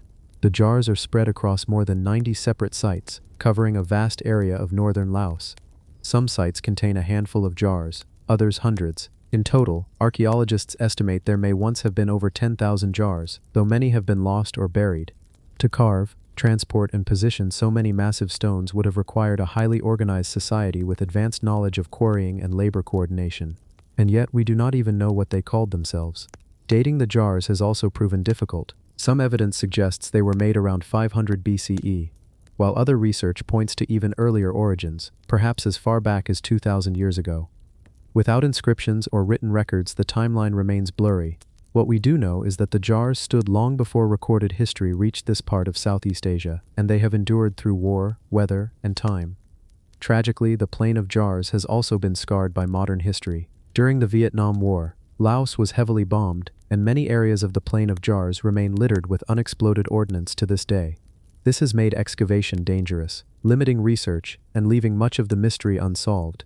Even today, archaeologists must tread carefully, both literally and figuratively, when exploring the landscape. And yet, despite these challenges, the jars continue to draw attention. In 2019, the Plain of Jars was added to the UNESCO World Heritage List, recognized as one of the world's most important archaeological mysteries. The government of Laos, with international partners, works to clear ordnance and preserve the jars so future generations can study and marvel at them. Standing among them, the feeling is hard to describe. The jars are silent, but they radiate presence. They are scattered across fields and forests like the remnants of a forgotten civilization, some lean, broken, and weathered. Others stand proud, their openings gazing skyward. They are too deliberate to be random, too massive to be trivial. Each one is a question carved in stone. Were they monuments to the dead? Were they vessels of the soul? Or were they something entirely different, something we cannot yet imagine? When the sun sets over the Plain of Jars, shadows lengthen and the air cools. The jars seem to multiply in the dim light, as if the land itself is filled with ghostly silhouettes. You walk among them and feel the pull of time, a reminder that human history is not just written in books or carved in temples, but scattered in places where we least expect it. The Plain of Jars is a mystery, not because we know nothing, but because we know just enough to realize how much is missing. We see the stones, the bones, the fragments, but the people themselves remain hidden. Their voices are gone, their rituals forgotten, their names erased. All that is left are the jars, massive and silent, keeping their secrets for thousands of years. Perhaps that is their true power, not as vessels of grain, or wine, or even the dead, but as vessels of wonder. They remind us that human creativity has always reached beyond the practical, into the symbolic, the spiritual, the unknown. And in that way, the Plain of Jars is still doing its work. It is still making us ask questions, still challenging us to imagine the lives of those who came before, still keeping us awake, or perhaps gently guiding us into dreams with the mystery of stone. The Zhubruk idol, Slavic god statue with 4 faces. In the quiet river valleys of Ukraine, near the Zhubruk River, archaeologists and historians stumbled upon a stone figure unlike any other. It is called the Zhubruk idol, a mysterious statue carved from limestone, standing over 2 meters tall, dating back to the 9th or 10th century CE. This idol is unusual, not just for its age, but for its intricate design and what it may reveal about the beliefs of the ancient Slavs. The first thing that strikes anyone looking at the Zhubruk idol is its faces, 4 faces carved into a single body, each looking in a different direction. One face gazes to the east, another to the west, the third to the north, and the fourth to the south. Some scholars interpret this as a symbol of omniscience, a god who watches over all directions, all corners of the world. Others suggest that it represents the four seasons, or perhaps the cycle of life itself: birth, life, death, and rebirth. The statue stands on a stepped base, which appears to represent the three levels of the world according to Slavic cosmology: the underworld, the earthly realm, and the heavens above. The body of the idol is carved in layers, each showing scenes of human and divine activity. On one level, you see figures of people engaging in rituals, dancing, or offering sacrifices. On another, there are representations of animals, possibly sacred to the gods, and symbols that are still debated by scholars today. What is remarkable is how much the Zabruk idol tells us, and yet how much it keeps secret. There are no inscriptions, no written explanation. Its meaning is encoded in shape, posture, and symbolism. Its craftsmanship is simple, yet deliberate. Every face, every limb, every detail carefully carved. And yet, for all this care, its original purpose remains uncertain. Was it a cult statue for worship, a marker of a sacred site, a symbol of political power, or something else entirely? The context in which it was found adds another layer of mystery. The idol was discovered buried, partially submerged in the river, likely during the late 19th century. Some suggest it was intentionally hidden to protect it from invaders, or to conceal pagan practices, as Christianity spread across Eastern Europe. The act of burying such an object might have been symbolic, a ritual in itself, representing the end of an era or the passage of one belief system into another. Looking closely, one notices the carvings of weapons and ritual implements in the hands of some figures. They hint at ceremonies and sacrifices, practices long forgotten. There are also depictions of animals, horses, birds, and possibly mythical creatures, which may have held spiritual significance, serving as mediators between humans and gods. Each carving is detailed enough to spark curiosity and imagination, yet cryptic enough to frustrate certainty. The Zabruk idol is not an isolated artifact. It is part of a wider pattern of Slavic religious art, but it stands out for its size, its craftsmanship, and the clarity of its symbolism. Comparisons are often made to other Indo-European cult statues, yet nothing else matches its four-faced design so perfectly. This uniqueness has fueled centuries of debate among historians, archaeologists, and enthusiasts of mythology. Even today, as one stands before photographs or replicas of the idol, there is a sense of silent power. Its faces seem to watch, not threatening, but observing. One can imagine the ancient peoples approaching it, offering gifts, prayers, or seeking guidance. The idol embodies the mystery of a faith that once thrived, now lost to time, yet still whispering through stone. The Zabruk idol also raises questions about the beliefs of the ancient Slavs. Unlike many cultures with written traditions, the Slavs relied heavily on oral history, ritual, and symbolism. The idol may encode cosmological knowledge that we can only partially reconstruct. Perhaps it served as a teaching tool, a way to explain the heavens, the seasons, and the moral order of the universe to a largely illiterate population. Or perhaps it was simply a sacred object, meant to inspire awe and reverence. One of the most fascinating aspects is how it survived at all. The river that now hides it would have slowly eroded it over centuries. That it remained largely intact is a testament to both the skill of the carvers and the reverence with which it was treated. Scholars continue to debate the exact style and influences, noting both pagan motifs and hints of early Christian interaction. Could it represent a culture in transition, caught between old gods and new faiths? Today, replicas of the Zabruk idol stand in museums in Ukraine, allowing visitors to appreciate its scale and detail. But even as we examine it, there is a sense that we are only glimpsing part of its story. The rivers, the forests, the very air of the landscape in which it was found, these elements are lost to us. We can imagine, but cannot fully experience, the world that produced such a remarkable artifact. The Zabruk idol reminds us that human history is layered, complex, and often obscured. It is a window into a past that we can only partially reconstruct, yet it speaks to universal themes: the desire to understand the world, to communicate with the divine, and to leave a mark that endures. Its four faces seem to look in every direction, watching us as much as we watch it, challenging us to ponder the mysteries of belief, artistry, and human imagination.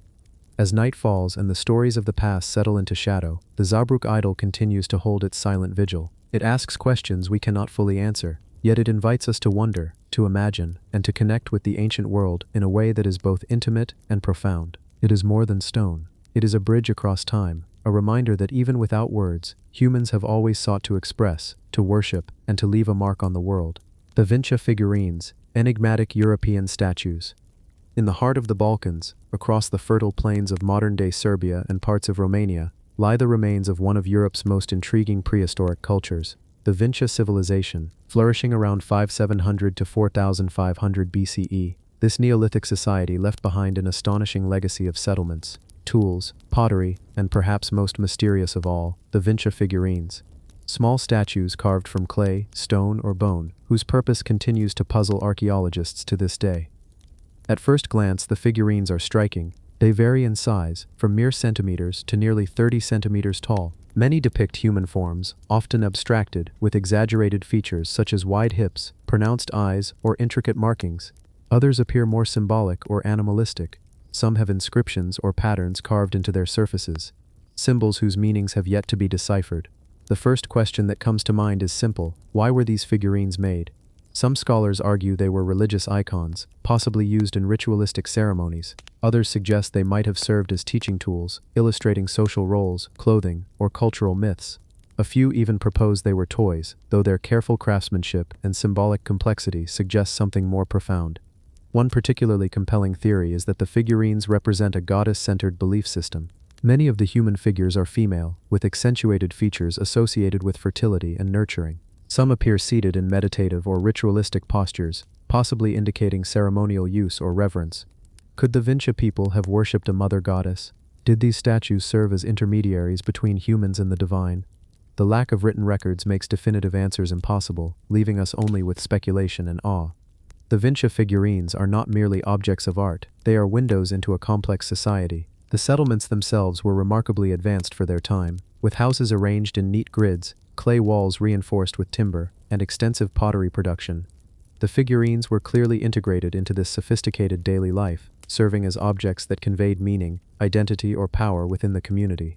One of the most fascinating aspects is their symbolism and abstraction. Many figurines feature geometric patterns or incisions that may represent early attempts at writing or symbolic communication. Some researchers have even speculated that the markings could encode ritual knowledge, agricultural information, or ancestral lineage.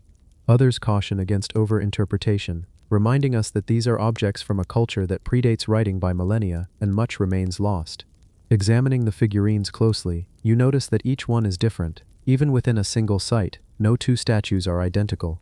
The Vinca artisans clearly valued individuality and detail. The eyes, the facial expressions, the hand placements, all suggest deliberate intention. It is as if the creators wanted each figure to tell a story, yet the language of that story has vanished. The figurines also raise questions about social hierarchy and gender in Vinca society. Why are so many female forms represented? Does this indicate matriarchal structures or a spiritual emphasis on fertility? And what of the few male figurines? They are often depicted with stylized headgear or symbolic items, suggesting roles of leadership, protection, or ritual significance. In a society without written records, these small statues may have been one of the few ways to communicate identity, status, or spiritual beliefs. The materials and craftsmanship are equally remarkable. Some are simple clay, others finely fired with intricate detailing. A few figurines are made of stone, carefully carved with tools that at first glance seem simple but required incredible skill to produce such refined shapes. The care invested in each object implies that the Vinca people assigned significant importance to them. They were not casual decorations, but items of ritual, cultural, or spiritual weight. Despite centuries of research, the figurines remain enigmatic. Archaeologists continue to uncover new sites, unearthing hundreds more statues, yet the central mystery persists. The Vinca culture vanished around 4500 BCE, absorbed or displaced by other emerging societies. Their beliefs, language, and societal structures disappeared with them.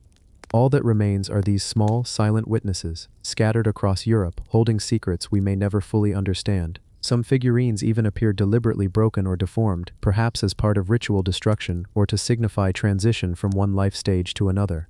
The act of breaking these objects might have been symbolic, a way to release spiritual energy, honor the dead, or mark a ceremonial event.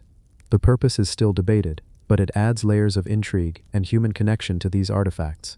Today, the Vinca figurines are preserved in museums and collections, studied by scholars and admired by enthusiasts. Yet their true story remains elusive. They are not just artifacts, they are messengers from a forgotten civilization, bridging the gap between the present and a time over 6,000 years ago. They remind us that even in prehistoric times, humans sought meaning, connection, and expression through art and ritual. Standing before a Vinca figurine, even in a museum case, one cannot help but feel a quiet reverence. These small statues carry the weight of a vanished culture, their eyes seemingly watching, their forms echoing the values and beliefs of people long gone. They are at once familiar and alien, simple and profound, mysterious yet intimate. Perhaps their greatest power lies in their silence. They speak without words. They invite us to imagine the lives, thoughts, and ceremonies of a people we can never fully meet. They challenge us to appreciate the creativity and spirituality of early Europe, to wonder how human societies evolved, and to marvel at the continuity of human curiosity and devotion across millennia. And so the Vinci figurines remain, enigmatic, beautiful, and deeply human. Each one is a tiny monument to belief, artistry, and the enduring desire to leave something meaningful behind. They are a quiet invitation to dream, to reflect, and to listen closely to the whispers of history carried in clay and stone. The Mount Tloc Shrine, ancient Aztec rain temple. High in the mountains of central Mexico, above the valleys and clouds, stands Mount Tloco, a sacred peak that has long captivated historians, archaeologists, and those intrigued by ancient civilizations.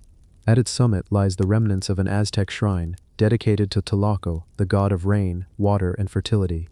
This is not a grand pyramid, or an opulent palace. Instead, it is a modest but profoundly symbolic site, carefully constructed to honor forces that shaped the very life of the Aztec people. Mount Tloco itself dominates the landscape, its slopes often shrouded in mist, giving it an aura of mystery even today.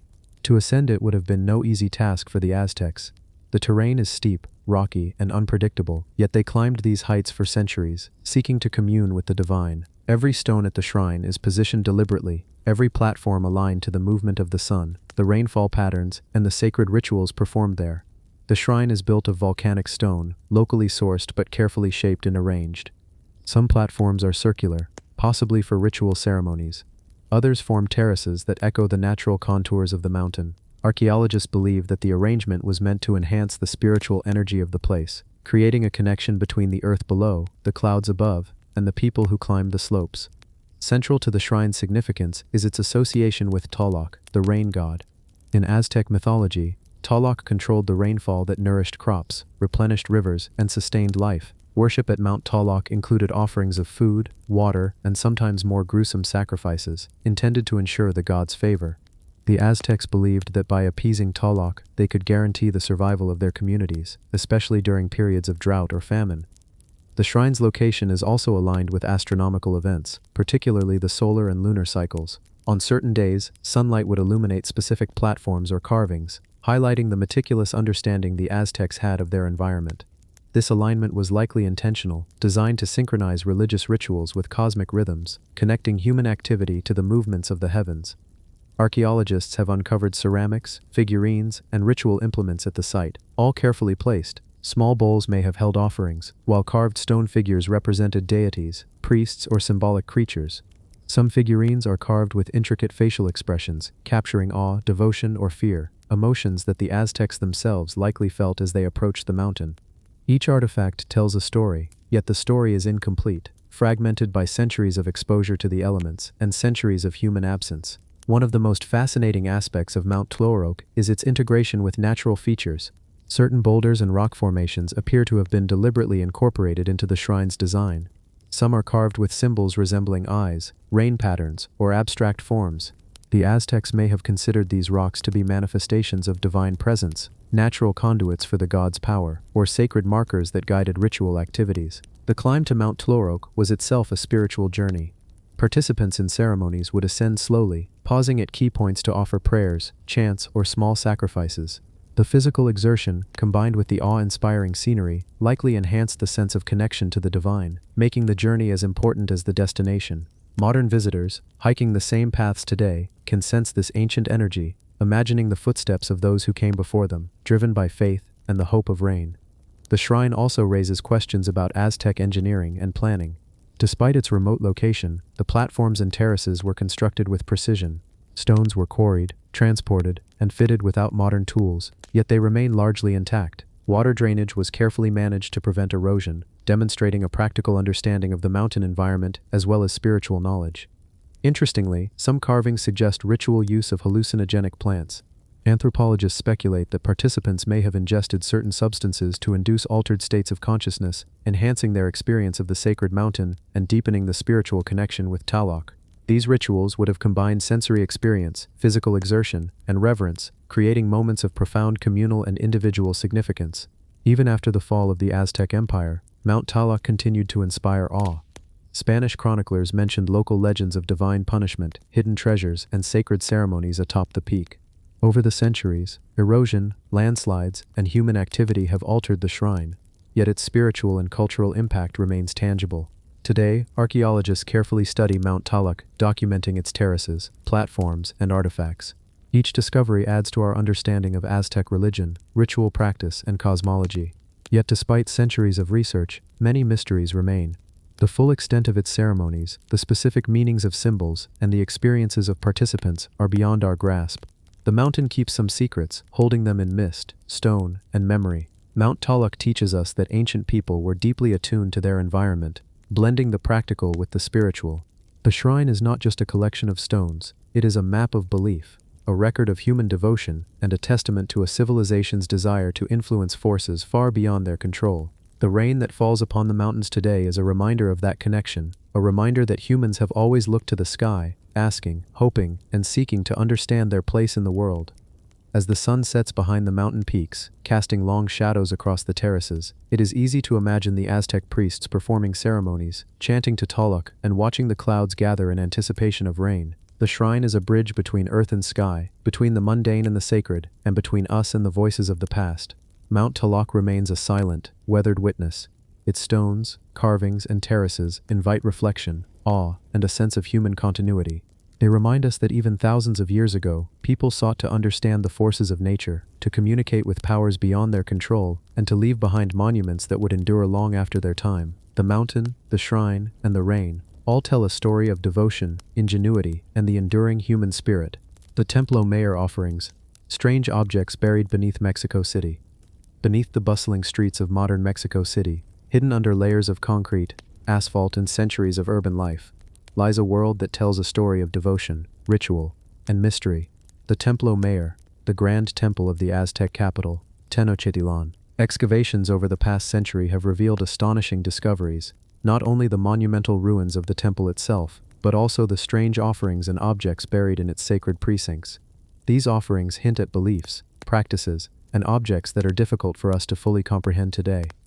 The Templo Mayor was the spiritual and ceremonial heart of Tenochtitlan, the Aztec capital founded on an island in Lake Texcoco. Rising majestically above the city, the temple was dedicated primarily to Huitzilopochtli, the god of war and the sun, and Tlaloc, the god of rain and fertility. In order to honor these deities, the Aztecs conducted elaborate ceremonies that often involved the deposition of offerings. These offerings were diverse, sometimes everyday items, sometimes highly unusual objects. Archaeologists have uncovered ceramic figurines, miniature tools, shells, golden jade pieces, and even obsidian blades intricately shaped and polished. Each object carries significance, a symbolic message or act of devotion, yet many are so mysterious that their purpose is still debated. One particularly curious aspect of these offerings is their sheer variety and apparent symbolism. Some objects resemble miniature humans or animals, others are abstract shapes that defy easy categorization. Scholars suggest that these might represent deities, ancestors, or supernatural forces. The arrangement of these objects was deliberate. They were often buried in ritual pits within the temple's foundations, sometimes accompanied by animal remains or human figurines. A striking feature of the Templo Mayor offerings is the scale and craftsmanship. Obsidian blades, for example, were sharpened to microscopic precision, reflecting both utility and ritual significance. Some ceramic figurines display astonishing detail. Facial expressions, clothing, and even postures were rendered with care. These objects were more than mere decorations. They were imbued with spiritual energy and intended to communicate with the divine. Some of the offerings are intentionally broken or deformed. Archaeologists believe this act might have been symbolic, perhaps representing the transformation of objects from the material world to the spiritual. Breaking, bending, or reshaping an offering may have been seen as a necessary step to activate its sacred power. Each ritual act, each placement, and each burial speaks to a complex spiritual system that guided Aztec life. The Templo Mayor also contains huge caches of greenstone, jade, and turquoise, materials considered sacred and associated with life, fertility, and the gods. These objects were laboriously crafted, transported, and carefully placed, reflecting both artistic mastery and religious devotion. Their presence shows the lengths to which the Aztecs would go to honor their gods and ensure the balance of cosmic forces. Archaeologists have been fascinated by some of the stranger objects found here. Some resemble miniature skulls or abstract animal forms, and a few even defy easy interpretation. Could these have been offerings to unknown gods? Were they symbolic of natural forces or tools in ritual magic? The absence of written explanations leaves us only with observation, careful measurement, and speculation. The ritual pits themselves are carefully constructed. Many are lined with stone or clay, and some are located in areas of the temple aligned with celestial events, such as solstices or equinoxes. This suggests a profound understanding of astronomy and cosmology, integrated with religious practice. Every object, every placement, every burial had meaning, a carefully orchestrated communication between the human and the divine. Some of the most intriguing offerings include ceramic vessels filled with miniature figurines or tiny symbolic items. These might have been intended as representations of entire communities, or as symbolic gifts to the gods, encapsulating hopes, fears, and prayers. The Aztecs were meticulous in these rituals, understanding that their actions would influence everything from rainfall to harvests, and even the favor of deities in warfare. Even human remains were part of these offerings. Skeletons and bones, often accompanied by objects, indicate sacrificial practices designed to honor the gods and maintain cosmic order. The combination of human and non-human offerings reflects a worldview in which all things, animals, objects, humans, and spirits were interconnected and capable of influencing the balance of the universe.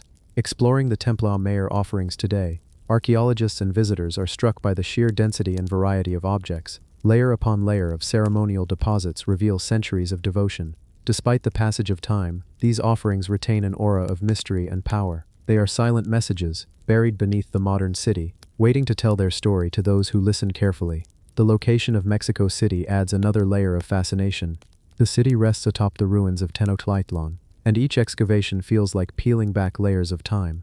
Beneath streets, subway lines, and modern buildings lie remnants of one of the most sophisticated and enigmatic civilizations in the Americas. The Templo Mayor and its offerings are not just archaeological finds, they are portals into the minds, hearts, and spiritual lives of the Aztecs. Modern technology has helped uncover new aspects of these offerings. Ground-penetrating radar, 3D imaging, and meticulous excavation techniques reveal patterns previously unseen. Certain pits show repetitive arrangements of objects, suggesting ritual choreography, where items were placed according to precise rules and symbolism. The deeper researchers look, the more they realize how much we have yet to understand. Perhaps the most powerful aspect of the Templo Mayor offerings is the sense of human connection they evoke. Each figurine, each blade, each tiny vessel represents an individual's act of devotion, hope, or fear. They remind us that even thousands of years ago, humans grappled with the mysteries of nature, the unpredictability of life, and the desire to communicate with forces beyond their control. And so, beneath the streets of Mexico City, the Templo Mayor continues to whisper. Its offerings remain, silent but potent, waiting to be understood. They speak of devotion, artistry, and the enduring human quest to connect with something larger than ourselves. Each object is a testament to belief, creativity, and the mysterious, ever-present longing to bridge the gap between the earthly and the divine. Even today, walking among the ruins, one can imagine the ceremonies, priests chanting, offerings placed in sacred pits, the city around the temple alive with activity. The objects themselves seem to hold memories, capturing fragments of Aztec thought and emotion, allowing us, millennia later, to glimpse a world that once flourished and then vanished, leaving behind mystery in stone and clay. The mystery of Gunung Kawi. Rock-cut shrines in Bali. Nestled deep in the lush valleys of Bali, Indonesia, amidst the whispering rivers and towering rice terraces, lies Gunung Kawi, an extraordinary archaeological site that seems to emerge from the very rock itself. Here, carved into cliffs that rise sharply from the riverbed, are a series of ancient shrines, cut directly into the volcanic stone. These are not typical temples built with bricks or timber. Instead, each shrine appears to grow from the cliff face, as if the mountain itself had decided to take on sacred form. The site is believed to date back to the 11th century, during the era of the Balinese kings, though precise records are sparse. Gunung Kawi is comprised of 10 rock-cut candi shrines, some nearly 7 meters high, and a collection of smaller carved niches. Each monument has been carefully shaped and positioned, demonstrating an understanding of both architecture and symbolism that continues to fascinate historians and travelers alike. Accessing these shrines requires a journey down a long path, flanked by rice terraces, with the Pakarisan River meandering below. The descent is gradual, calming, and immersive, and it provides an opportunity to take in the surrounding landscape, tropical forests, small waterfalls, and the quiet hum of nature. For the Balinese, this journey itself is part of the spiritual experience, connecting the pilgrim to the sacred energy of the valley. The shrines are carved in a style that blends natural contours with geometric precision. Rectangular niches, vertical grooves, and polished faces coexist with the rough texture of untouched rock. Some scholars believe these shrines were created to honor King Anak Wungsu of the Udayana dynasty, along with his family members, serving as funerary monuments or commemorative sites. The exact purpose, however, remains uncertain. Gwangkwasui's shrines are remarkable for their sheer scale and workmanship. Carving these massive structures directly from the rock would have required skill, patience, and a deep knowledge of stone properties. Yet the tools available at the time were rudimentary: chisels, hammers, and simple abrasives. How the ancient Balinese accomplished such precision while maintaining symmetry and proportion remains a question that continues to intrigue archaeologists. The location of Gwangkwasui is no accident. The shrines face east, aligned with the rising sun, and are surrounded by verdant rice terraces and rivers, symbolizing fertility and life. Water, which flows continuously at the base of the cliffs, may have held spiritual significance, possibly representing the flow of life, purification, or connection to the divine. It's easy to imagine the gentle sound of the river mingling with the chants of priests, filling the valley with a serene, meditative atmosphere. Some carvings are elaborately adorned, while others are more austere, suggesting a hierarchy or differentiation in importance. The largest shrines likely honored royalty, while smaller ones could have been dedicated to family members, servants, or attendants. The balance between grandeur and simplicity adds to the mystery of the site, highlighting both human devotion and the delicate relationship between man and nature. Visitors today are struck by the tranquil energy of Gunung Kawi. The climb down the terraces, the soft rustle of leaves, and the distant birdsong create a sense of stepping back in time. It is easy to imagine pilgrims arriving centuries ago, bearing offerings of flowers, rice, and incense, moving slowly and reverently toward the shrines. Each step is a reminder of the enduring human desire to connect with something beyond ourselves, to leave a mark on the world that survives long after our lives end. Despite its beauty, Gunung Kawi raises questions about the ancient Balinese culture. How did they achieve such precise and monumental rock-cut structures without advanced machinery? What rituals were conducted here, and what did the shrines mean to those who built them? Some suggest that the alignment with the river, sun, and terraces may have encoded complex cosmological knowledge, blending astronomy, spirituality, and governance.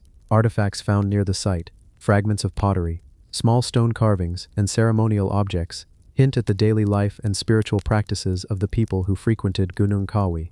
The shrines were not just monuments, they were centers of activity, places where the sacred and the mundane intertwined. Here, kings, priests, and commoners alike could participate in rituals that reinforced social cohesion, honored ancestors, and sought the favor of the divine. The experience of Gunung Kawi is as much about immersion in nature as it is about history. Sunlight filters through the trees, highlighting carved surfaces and casting intricate shadows. Mist rises from the river at dawn, giving the cliffs an ethereal glow. The surrounding landscape, terraced fields, flowing water, and distant mountains, amplifies the sense that these shrines were deliberately designed to be part of a living, breathing environment. Even today, scholars debate the chronology, purpose, and methods of construction. Some argue for a royal funerary function, others see Gunung Kawi as a site of broader religious significance linked to fertility, water, and agricultural cycles. Yet despite these theories, the site retains an air of mystery, refusing to be fully explained. The shrines silently tell stories of devotion, ingenuity, and reverence for both the human and natural world. Gunung Kawi stands as a bridge between time and space, connecting us to a civilization that revered nature, honored ancestors, and sought to create lasting monuments in stone. Every groove, niche, and terrace speaks of patience, purpose, and the delicate balance between human ambition and the environment. As the sun dips below the horizon, casting long shadows across the valley, it's easy to imagine the ancient ceremonies, the soft chants, the offerings, and the respectful silence of those who climbed the terraces to reach these sacred spaces. The shrines are not just historical artifacts, they are living reminders of the human desire to reach toward the divine, to carve meaning directly from the mountain itself. Gunung Kawi remains a place of quiet wonder, an invitation to reflect on the connection between past and present, stone and spirit, nature and human devotion. It reminds us that some mysteries endure, not to be solved completely, but to be experienced, appreciated, and pondered across centuries. The Moabite stone, ancient biblical inscription. In the rugged hills of modern-day Jordan, among arid landscapes and scattered ruins, lies a relic that quietly bridges the worlds of archaeology, history, and the biblical narrative, the Moabite stone, also known as the Mesha stellate. This artifact, carved from black basalt over 2,800 years ago, is more than just an inscription. It is a message, frozen in stone, a record of kings, battles, and the worldview of the ancient Moabite kingdom. The stone was discovered in 1868 in the ruins of Dibon, the ancient city of Dibon, which was the capital of Moab. Standing nearly a meter tall and carved with carefully etched letters, the stele is a remarkable example of early Semitic writing. Its text records the victories of King Mesha of Moab against the kingdom of Israel, as well as his devotion to the Moabite god Kamesha. Holding the Moabite stone in one's imagination, one can almost picture the king himself, standing on a hill, declaring his triumphs, and commissioning artisans to carve his words into the basalt. This was a deliberate act, meant to preserve memory, claim legitimacy, and communicate divine favor. Every line, every symbol, was carefully chosen to convey a story of power and faith. The inscription is notable not only for its historical content, but also for the clarity of its writing. Each character is carved with precision, suggesting the scribe had a mastery over both form and language. The Moabite script is closely related to early Hebrew, which gives scholars a unique window into the linguistic, cultural, and political interactions of the Levant in the 9th century BCE. As modern archaeologists and linguists study the stele, they uncover layers of information. The text mentions cities, conquests, and alliances, painting a picture of a turbulent era in which kingdoms vied for survival and power. The Moabite stone serves as an extraordinary corroboration of certain biblical events, while also offering perspectives absent from biblical texts. It shows the world through the eyes of a king who was both devout and politically astute. One of the most compelling aspects of the Moabite stone is the personal voice of King Mesha. He does not merely list victories, he attributes his success to his god, Chemosh, and records how offerings, sacrifices, and divine guidance ensured Moab's survival. This intertwining of religion and politics gives modern readers insight into how the Moabites understood their place in the cosmos and their dependence on both human skill and divine favor. The physical stone itself is remarkable. Black basalt, dense and heavy, was not easy to work with, yet the letters are clear and legible. Scholars marvel at the precision and care taken by the artisans, who had no advanced chisels or modern tools. They relied on rudimentary hammers and chisels, and yet the result has endured for nearly 3 millennia, defying the wear of time and the elements. When examining the text, one notices the structure and flow. Moshe begins with his rise to power, then narrates military campaigns, victories, and subjugation of neighboring peoples. The stele also details the restoration of towns and altars, showing a concern not only for conquest, but for the continuity of religious and civic life. These details hint at a sophisticated bureaucracy, with records, planning, and a sense of historical consciousness far more complex than one might assume for a small kingdom in that era. The Moabite stone also reveals religious practices that have largely disappeared from collective memory. King Mesha frequently emphasizes offerings, sacrifices, and dedications to Chemosh. Certain passages describe rituals to secure favor in battle, including the offering of spoils or symbolic acts of devotion. These lines are not merely ceremonial, they reflect a worldview in which human action and divine will were inseparable. Modern scholars have spent decades deciphering the text, comparing it to biblical accounts, and analyzing its historical context. While some parts are clear, others are fragmented, and a few lines remain enigmatic, leaving room for interpretation and debate. This uncertainty adds to the stone's allure, a silent witness to history that still holds secrets, inviting exploration, conjecture, and imagination. Another fascinating element is the stone's dramatic history after its discovery. Shortly after unearthing it in 1868, the stele was broken into pieces during political and religious disputes. The fragments were scattered, and only part of the original inscription survived. Today, most of these fragments are preserved in the Louvre Museum, with a few remaining in Jordan. Despite its fragmentation, the Moabite stone continues to speak across centuries, its message enduring even in pieces. The Moabite stone challenges modern perceptions of ancient history. It is evidence that small kingdoms, often overlooked in grand narratives, could wield influence, maintain records, and engage in complex political and religious activities. It is a reminder that history is not solely written by empires but also by those who carved their lives, victories, and devotion into stone. Standing before the Moabite stone in imagination, one can almost hear the voices of scribes, the echo of hammers on basalt, and the proud declaration of a king who wanted to ensure that his story, his victories, and his devotion to Chemosh would survive the ages. Every line, every letter, is a testament to human ambition, faith, and the desire to leave a lasting mark. Even today, the stele continues to provoke curiosity. Scholars, tourists, and casual observers alike are drawn to it, pondering the political struggles, religious devotion, and personal ambition embedded within its inscriptions. The stone invites us to reflect not only on the history of Moab, but also on the universal human desire to be remembered, to carve meaning and permanence from the fleeting nature of life. In essence, the Moabite stone is more than an artifact. It is a bridge between the past and the present, a silent chronicle of a world long gone, and a mystery that continues to whisper across the centuries.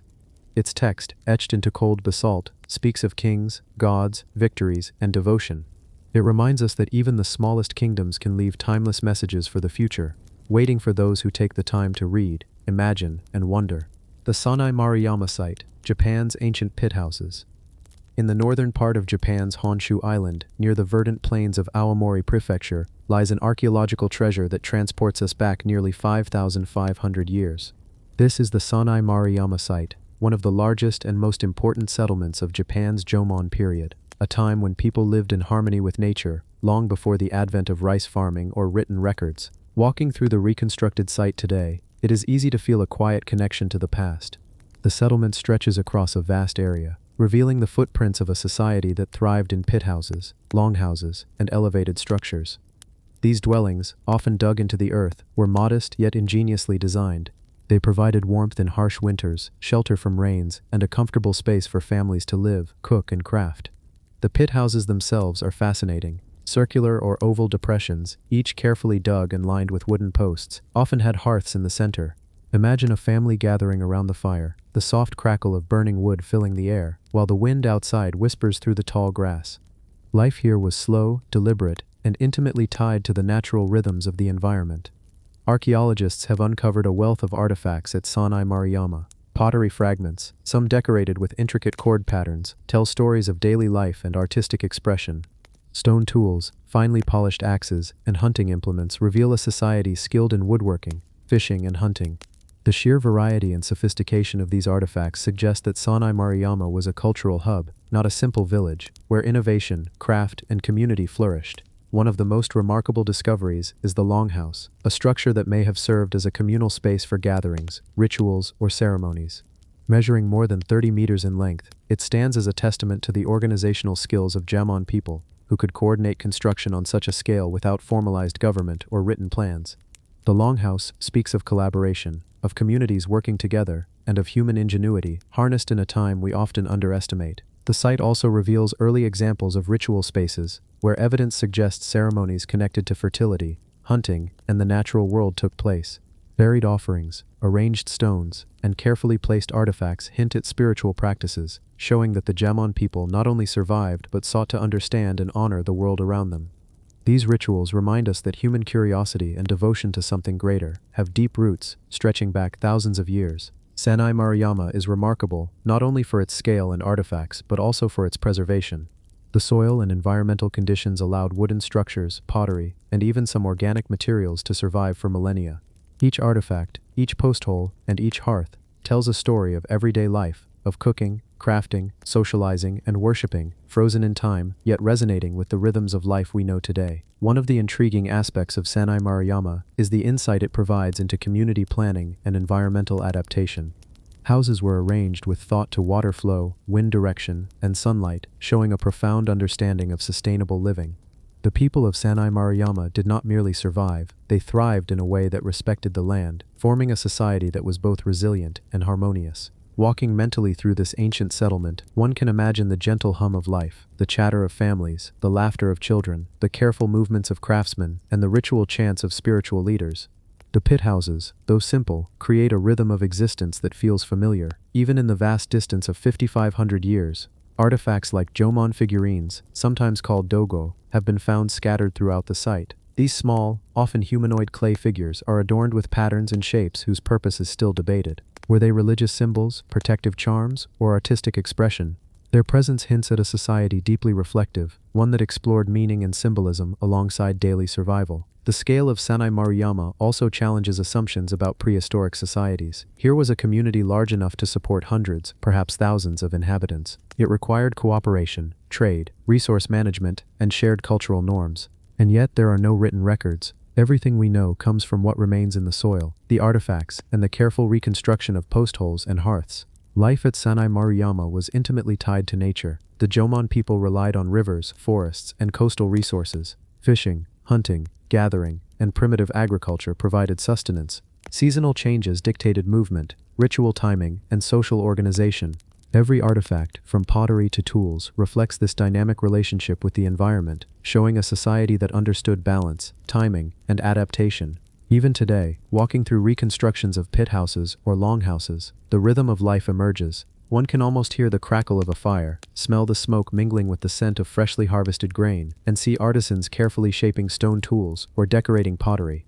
This is not just history, it is a living meditation on the human experience, quiet, reflective, and enduring. Sanai Maruyama challenges us to reconsider our definitions of civilization. Complexity, culture, and spiritual depth existed long before written records or monumental stone architecture. The people here were not primitive in spirit, they were thoughtful, creative, and deeply connected to the world around them. Their pit houses, artifacts, and ritual spaces are enduring evidence of human ingenuity.